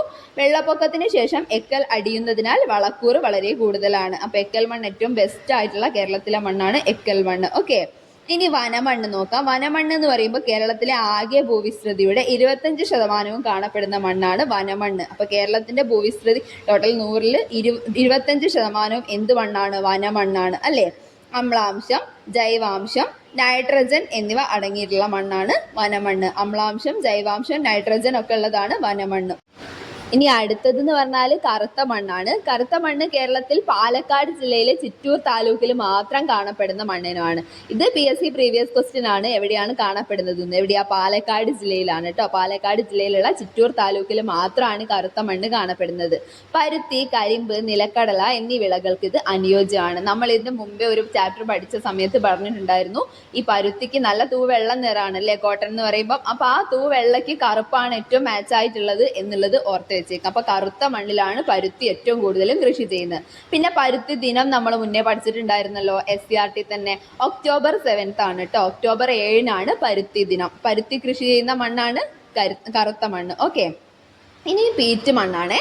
പീറ്റ് മണ്ണ് എന്ന് പറയുമ്പോൾ കേരളത്തിലെ ചതുപ്പ് പ്രദേശങ്ങളിൽ കാണപ്പെടുന്ന മണ്ണിനമാണ് പീറ്റ് മണ്ണ്. കണ്ടൽ ചെടിയുടെ വളർച്ചയ്ക്ക് ഏറ്റവും അനുയോജ്യമായിട്ടുള്ള മണ്ണാണ് പീറ്റ് മണ്ണ്. അപ്പൊ പരുത്തിക്ക് കറുത്ത മണ്ണാണെങ്കിൽ ഈ കണ്ടൽ ചെടിക്ക് പീറ്റ് മണ്ണാണ് കണക്ട് ചെയ്ത് വെച്ചേക്കുക. കണ്ടൽ ചെടി വളരുന്നത് പീറ്റ് മണ്ണിലാണ്. ഇനി ഓണാട്ടുകര മണ്ണ് കേട്ടോ.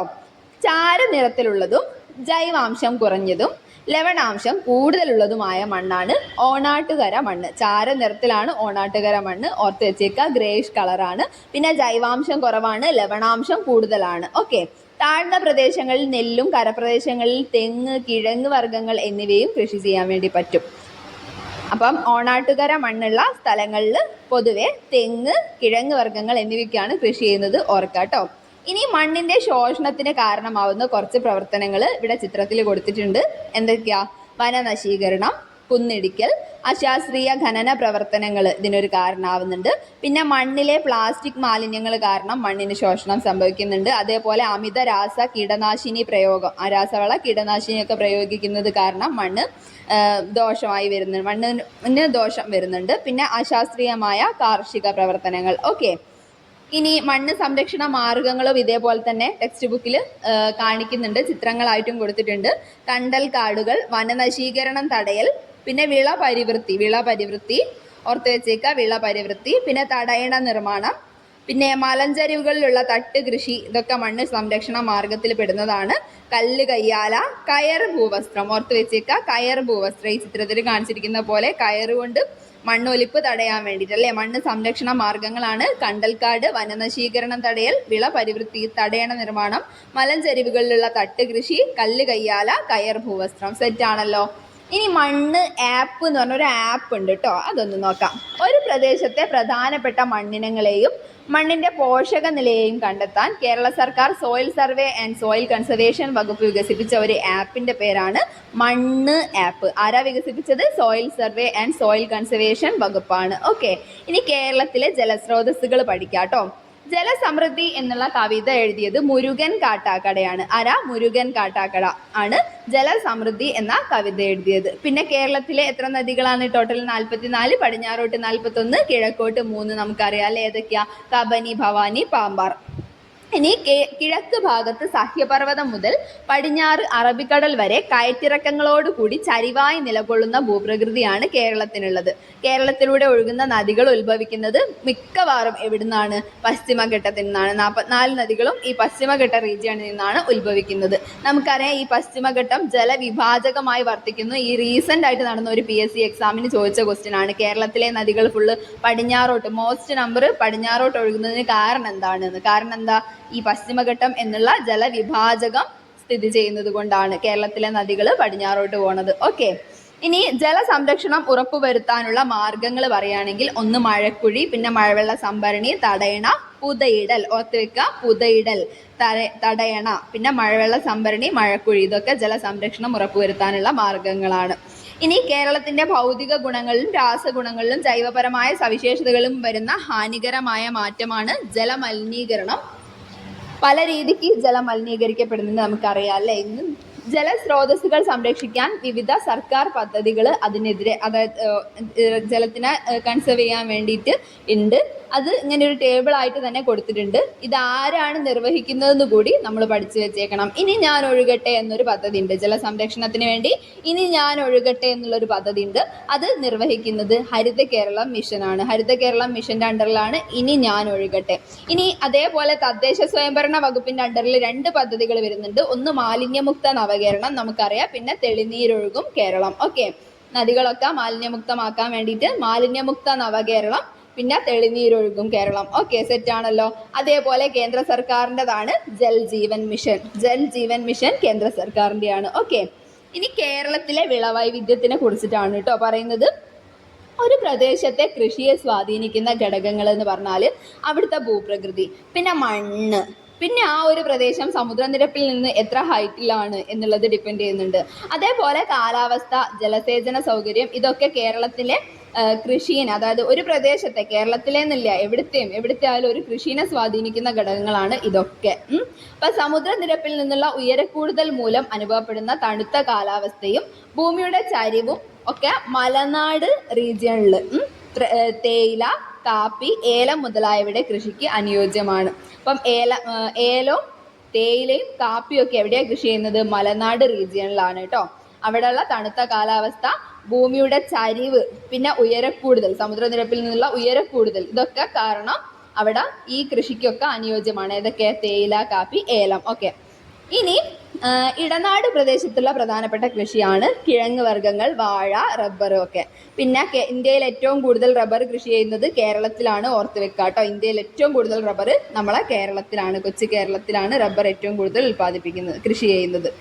ഇനി തേയില വ്യാപകമായി കൃഷി ചെയ്യുന്ന പ്രദേശങ്ങൾ പറയുകയാണെങ്കിൽ 5 പ്രദേശങ്ങളാണ് നമ്മൾ ഇമ്പോർട്ടൻ്റ് ആയിട്ട് ഓർത്ത് വെക്കേണ്ടത്. മൂന്നാർ, പിന്നെ പീരുമേട്, മേപ്പാടി, വൈത്തിരി, പൊന്മുടി. മൂന്നാർ, പീരുമേട് ഇടുക്കിയിലുള്ള ഒരു സ്ഥലമാണ്. അതേപോലെ മേപ്പാടി, പിന്നെ വൈത്തിരി വയനാട്ടിലാണ്, പിന്നെ പൊന്മുടി തിരുവനന്തപുരം ജില്ലയിലാണ്. ഓക്കെ, ഇനി സമുദ്രനിരപ്പിന് താഴെ കൃഷിയുള്ള ലോകത്തിലേക പ്രദേശമാണ് കുട്ടനാട് കേട്ടോ. കുട്ടനാട്, ഇത് PSC പ്രീവിയസ് ക്വസ്റ്റ്യൻ ആണ്. സമുദ്രനിരപ്പിന് താഴെ നെൽകൃഷിയുള്ള ലോകത്തിലെ ഏക പ്രദേശമാണ് കുട്ടനാട്. ആലപ്പുഴയിലാണ് കുട്ടനാട്. ഇനി കേരളത്തിലെ ആധുനിക കൃഷി രീതികളെ കുറിച്ചിട്ടാണ് പറയുന്നത്. ഇമ്പോർട്ടൻ്റ് ആയിട്ട് ഇതിൽ മൈക്രോ ഗ്രീൻ ഓർത്ത് വെച്ചേക്കണം. കാരണം ഇതുവരെ ഇല്ലായിരുന്ന പുതിയതായിട്ടുള്ള ഒരു എക്സ്ട്രാ ഫാക്റ്റ് ആണ് കേട്ടോ. മൈക്രോ ഗ്രീൻ തന്നെ ഫസ്റ്റ് നമുക്ക് പഠിക്കാം. ചില പ്രത്യേക ഇനം ഭക്ഷ്യവിളകൾ ഏതാനും നാളുകൾ മാത്രം വളർത്തിയെടുത്ത് ഭക്ഷണത്തിന് ഉപയോഗിക്കുന്ന രീതിയാണ് മൈക്രോ ഗ്രീൻ എന്ന് പറയുന്നത്. പൂർണ്ണ വളർച്ചയെത്തിയ ചെടികളേക്കാൾ 5 മടങ്ങിലേറെ പോഷകാംശം ഇതിനുണ്ട്. അപ്പോൾ ഫുഡായിട്ട് ഇത് യൂസ് ചെയ്യുന്ന സമയത്ത് പോഷകാംശം 5 മടങ്ങിലേറെയാണ്. ഓക്കെ, ചുവന്ന ചീര, പച്ചച്ചീര, കടുക്, മല്ലി, ഉലുവ തുടങ്ങിയ ഇനങ്ങൾ ഇത്തരത്തിൽ വളർത്തിയെടുക്കുക. അപ്പോൾ കുറച്ച് ദിവസം മാത്രം വളർത്തിയിട്ട് ആ ചെറിയ ചെടികളെ പിഴുതിട്ട് അതിനെ ഫുഡാക്കി യൂസ് ചെയ്യുക. അതായത് പൂർണ്ണ വളർച്ചയെത്തിയ ചെടികളേക്കാൾ 5 മടങ്ങിലേറെ പോഷകാംശം ഉള്ളതാണ് മൈക്രോ ഗ്രീൻ. ഓക്കെ, ഇനി നമുക്ക് ഹൈഡ്രോപോണിക്സും എയറോപോണിക്സും നോക്കാം. ഹൈഡ്രോപോണിക്സ് എന്ന് പറയുമ്പോൾ ചെടികളെ പോഷക ലായനിയിൽ വളർത്തുന്ന രീതിയാണ്.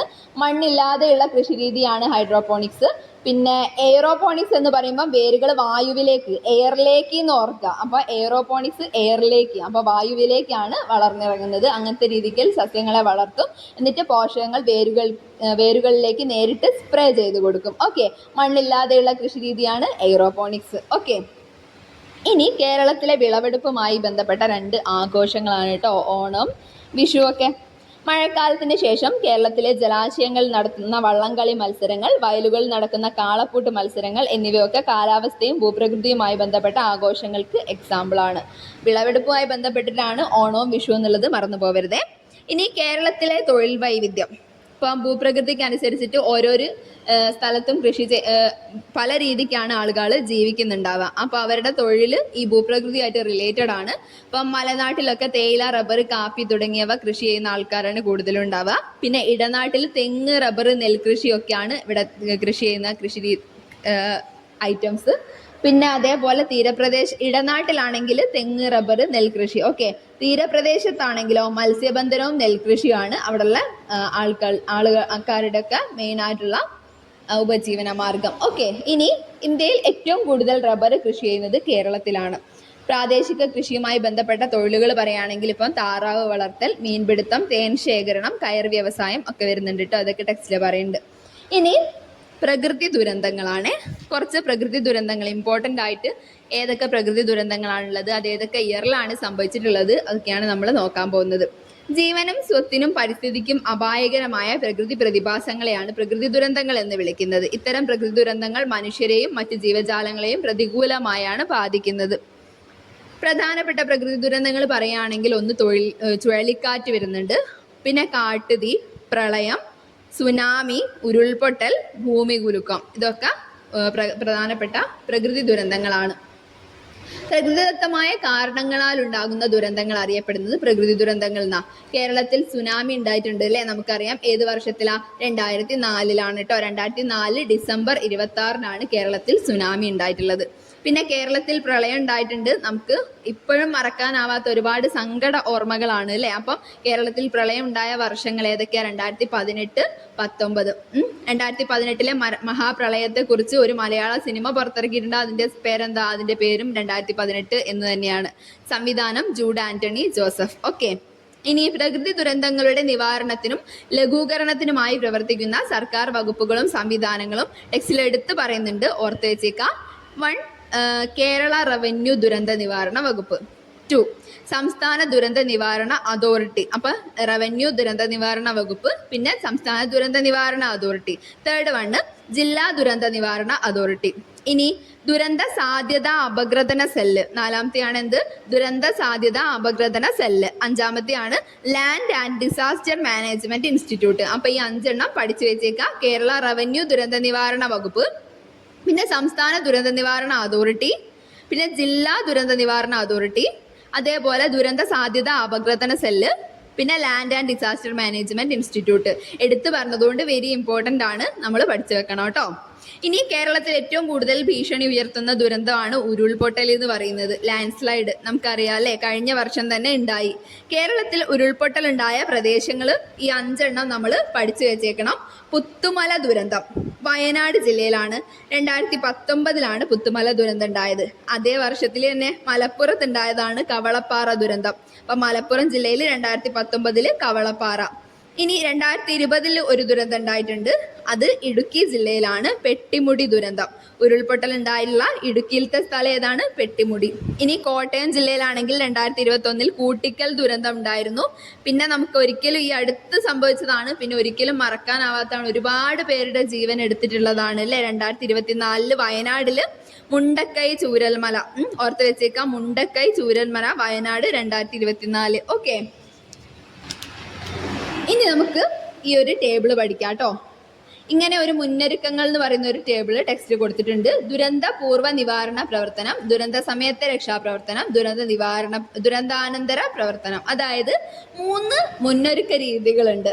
ദുരന്ത പൂർവ്വ, അതായത് നമ്മൾ ആധുനിക സാങ്കേതിക വിദ്യയുടെ സഹായത്തോടെ ചില ദുരന്തങ്ങൾ മുൻകൂട്ടി അറിയുക, അതിനെയാണ് ദുരന്ത പൂർവ്വ നിവാരണ പ്രവർത്തനം എന്ന് പറയുന്നത്. ദുരന്ത സാധ്യതാ മേഖലകളിൽ മുന്നറിയിപ്പുകളൊക്കെ നൽകി ബോധവൽക്കരിക്കുന്നതിനും ജനങ്ങളെയൊക്കെ മാറ്റി പാർപ്പിക്കുന്നതിനുള്ള നടപടികളൊക്കെ സ്വീകരിക്കുക എന്നുള്ളത് ദുരന്ത പൂർവ്വ നിവാരണ പ്രവർത്തനത്തിന് ചെയ്യേണ്ടതാണ്. പിന്നെ ദുരന്ത സമയത്തെ രക്ഷാപ്രവർത്തനം എന്ന് പറയുമ്പോൾ രക്ഷാപ്രവർത്തനത്തിന് ആവശ്യമായ സംവിധാനങ്ങളൊക്കെ ഒരുക്കി വെക്കണം. പിന്നെ ദുരിതാശ്വാസ ക്യാമ്പുകൾ സ്ഥാപിച്ച് ഭക്ഷണം, വസ്ത്രം, താമസ സൗകര്യം, ചികിത്സ എന്നിവ ലഭ്യമാക്കുന്നതിനുള്ള ആസൂത്രണം നടത്തണം. ഓക്കെ, പിന്നെ ദുരന്താനന്തര പ്രവർത്തനം, അതായത് ഒരു ദുരന്തം കഴിഞ്ഞതിന് ശേഷമുള്ളതാണ് ദുരന്താനന്തരം എന്ന് പറയുന്നത്. അതായത് ദുരന്തബാധിതരെ പുനരധിവസിപ്പിക്കണം, അതേപോലെ ഭാവിയിൽ ഉണ്ടാകാൻ സാധ്യതയുള്ള ദുരന്ത സാഹചര്യങ്ങളെ പ്രതിരോധിക്കുന്നതിനുള്ള നടപടികൾ സ്വീകരിക്കണം. ഓക്കെ, അപ്പൊ ദുരന്ത പൂർവ്വ നിവാരണ പ്രവർത്തനം അത് മുന്നേ നടത്തുന്നതാണ്. ദുരന്ത സമയത്തുള്ളതുണ്ട്, പിന്നെ ദുരന്താനന്തരം ഉള്ളത്. ദുരന്താനന്തരം എന്ന് പറഞ്ഞാൽ ദുരന്തം കഴിഞ്ഞിട്ട് അവരെ അതായത് പുനരധിവസിപ്പിക്കാനും ഒക്കെ ഉള്ളതാണ്. ഓക്കെ, ഈ ടേബിൾ ഒന്ന് നോക്കി വെച്ചേക്കാം. പിന്നെ ഉരുൾപൊട്ടൽ, വെള്ളപ്പൊക്കം, മലവെള്ളപ്പാച്ചിൽ, ഭൂകമ്പം, ഇത് തമ്മിലുള്ള ഡിഫറൻസ് വെരി ഇമ്പോർട്ടൻ്റ് ആണ് കേട്ടോ. അപ്പം നോക്കാം. ചരിവുള്ള പ്രദേശങ്ങളിൽ അതിശക്തമായി മഴ പെയ്യുമ്പോൾ ഇളകിയ പാറയുടെയും മറ്റും അടിയിലെ മണ്ണ് വെള്ളത്തിന്റെ തള്ളൽ മൂലം താഴേക്ക് നീങ്ങാൻ ഇടയാകുന്നു. അതുവഴി ഭൂഗുരുത്വം മൂലം ആ ഭാഗം ഒന്നാകെ വൻ ശബ്ദത്തോടെ ഇടിഞ്ഞു വീഴുന്ന ആ ഒരു പ്രതിഭാസത്തെയാണ് ഉരുൾപൊട്ടൽ എന്ന് പറയുന്നത് കേട്ടോ. ചരിവുള്ള പ്രദേശങ്ങളിലാണ് നല്ലോണം മഴ പെയ്യുന്ന സമയത്ത് ഭൂമിന്റെ ഉള്ളിൽ കൂടി വെള്ളം ഇറങ്ങുന്നത് കാരണം ഒരു വലിയ ഏരിയ തന്നെ വലിയ ശബ്ദത്തോടു കൂടി ഒറ്റ ഇടിഞ്ഞു വീഴലാണ്. അതിനെയാണ് ഉരുൾപൊട്ടൽ എന്ന് പറയുന്നത്, ലാൻഡ് സ്ലൈഡിങ്. ഓക്കെ, ഇനി വെള്ളപ്പൊക്കം എന്താന്ന് നോക്കാം. മഴക്കാലത്ത് ധാരാളമായി വെള്ളം ഒഴുകിയെത്തുമ്പോൾ നദികൾ ആ വെള്ളം മുഴുവനും ഉൾക്കൊള്ളാൻ കഴിയാതിരിക്കുകയും നദി കരകവിഞ്ഞൊഴുകുകയും ചെയ്യുന്ന പ്രതിഭാസത്തിനെയാണ് വെള്ളപ്പൊക്കം എന്ന് പറയുന്നത്, ഫ്ലഡ്. ഓക്കെ, ഇനി കനത്ത മഴയെ തുടർന്ന് നോക്കി നിൽക്കിയ ജലനിരപ്പ് ഉയരുന്നതിനെ നമ്മൾ മലവെള്ളപ്പാച്ചിൽ എന്നാണ് പറയുക, അതാണ് ഫ്ലാഷ് ഫ്ലഡ്. പിന്നെ ഭൂകമ്പം എന്ന് പറയുമ്പോൾ എന്താ, പ്രകൃതി ദുരന്തങ്ങളിൽ ഏറ്റവും പ്രവചനാതീതവും വിനാശകാരിയുമായിട്ടുള്ള ദുരന്തമാണ് ഭൂകമ്പം. ഓക്കെ, ഇനി വെള്ളപ്പൊക്കം. PSC ഒരുപാട് വട്ടം നമ്മളോട് ചോദിച്ചിട്ടുള്ള 3 വെള്ളപ്പൊക്കങ്ങളുണ്ട്, അതും കൂടി നമുക്ക് നോക്കി വെക്കാം. അതായത് ഹിസ്റ്ററിയാണ്. കേരളത്തിലുണ്ടായ വെള്ളപ്പൊക്കങ്ങളിൽ ഏറ്റവും പഴക്കം രേഖപ്പെടുത്തിയ വെള്ളപ്പൊക്കം അത് ഏത് വർഷത്തിലാണ് ഉണ്ടായത്? CE 371 കേട്ടോ. CE 371 കേരളത്തിൽ ഏറ്റവും പഴക്കം ചെന്ന വെള്ളപ്പൊക്കം രേഖപ്പെടുത്തിയത്. ഓക്കെ, ഇനി നമുക്ക് നമ്മളെ കൊച്ചി തുറമുഖം രൂപപ്പെടാനൊക്കെ കാരണമായിട്ടുള്ള വെള്ളപ്പൊക്കം അത് നോക്കണം. 1341 പെരിയാറിലെ വെള്ളപ്പൊക്കത്തിലാണ് കൊച്ചി തുറമുഖം രൂപപ്പെട്ടത് കേട്ടോ. അതായത് CE 1341 കേരള തീരത്തുണ്ടായ ഭൂകമ്പത്തോടനുബന്ധിച്ച് ഒരു വെള്ളപ്പൊക്കം ഉണ്ടായി. അതിനെ കുറിച്ചിട്ട് ഒരു ഗ്രന്ഥത്തിൽ പ്രതിപാദിക്കുന്നുണ്ട്. ഒരു ഗ്രീക്ക് പണ്ഡിതനായിട്ടുള്ള പ്ലീനി എന്ന് പറയുന്ന ആള് അദ്ദേഹത്തിന്റെ നാച്ചുറൽ ഹിസ്റ്ററി എന്ന് പറയുന്ന ഗ്രന്ഥത്തിൽ 1341 വെള്ളപ്പൊക്കത്തിനെ കുറിച്ച് പ്രതിപാദിക്കുന്നുണ്ട്. ബുക്കിന്റെ പേരെന്താ? Natural history. എഴുതിയത് പ്ലീനി. അദ്ദേഹം ഒരു ഗ്രീക്ക് പണ്ഡിതനായിരുന്നു കേട്ടോ. ഇനി 99 വെള്ളപ്പൊക്കം ഒരുപാട് വട്ടം PSC പ്രീവിയസ് ക്വസ്റ്റ്യൻ ആണ്. 99 വെള്ളപ്പൊക്കം എന്നറിയപ്പെടുന്നത് ഏത് വർഷത്തിലാണ് സംഭവിച്ചതെന്ന്. അതെപ്പോഴാ? 1924 കേട്ടോ. 1924 99 വെള്ളപ്പൊക്കം ഉണ്ടായത്. കാരണം അത് കൊല്ലവർഷം 1999 അതുകൊണ്ട് തന്നെ 99 വെള്ളപ്പൊക്കം എന്നാണ് 1924 വെള്ളപ്പൊക്കത്തിനെ അറിയപ്പെടുന്നത്. ഓക്കെ, അപ്പോൾ ഇത്രയാണ് നമുക്ക് ഈ ചാപ്റ്ററിൽ നോക്കാനുള്ളത്. ഇന്ന് നമ്മൾ ഏതൊക്കെ പാഠമാണ് പഠിച്ചതെന്ന് വെച്ചാൽ, ഒന്ന് ഗതാഗത ആശയവിനിമയ സംവിധാനങ്ങൾ പഠിച്ചു, അതേപോലെ നാടറിയാം എന്നുള്ള ഒരു ചാപ്റ്ററും പഠിച്ചു. 5ാം ക്ലാസ് സോഷ്യൽ സയൻസിന്റെ പുതിയ SCERT ടെക്സ്റ്റ് ബുക്കിലെ 7ാമത്തെയും 8ാമത്തെയും ചാപ്റ്റേഴ്സ് ആണ് ഇത്. ഇനി നമുക്കൊരു 3 ചാപ്റ്റേഴ്സും കൂടി നോക്കിക്കഴിഞ്ഞാൽ 5ാം ക്ലാസ് സോഷ്യൽ സയൻസ് കംപ്ലീറ്റ് ചെയ്യാം കേട്ടോ. അപ്പോൾ ഓക്കെ ഫ്രണ്ട്സ്, താങ്ക് യു.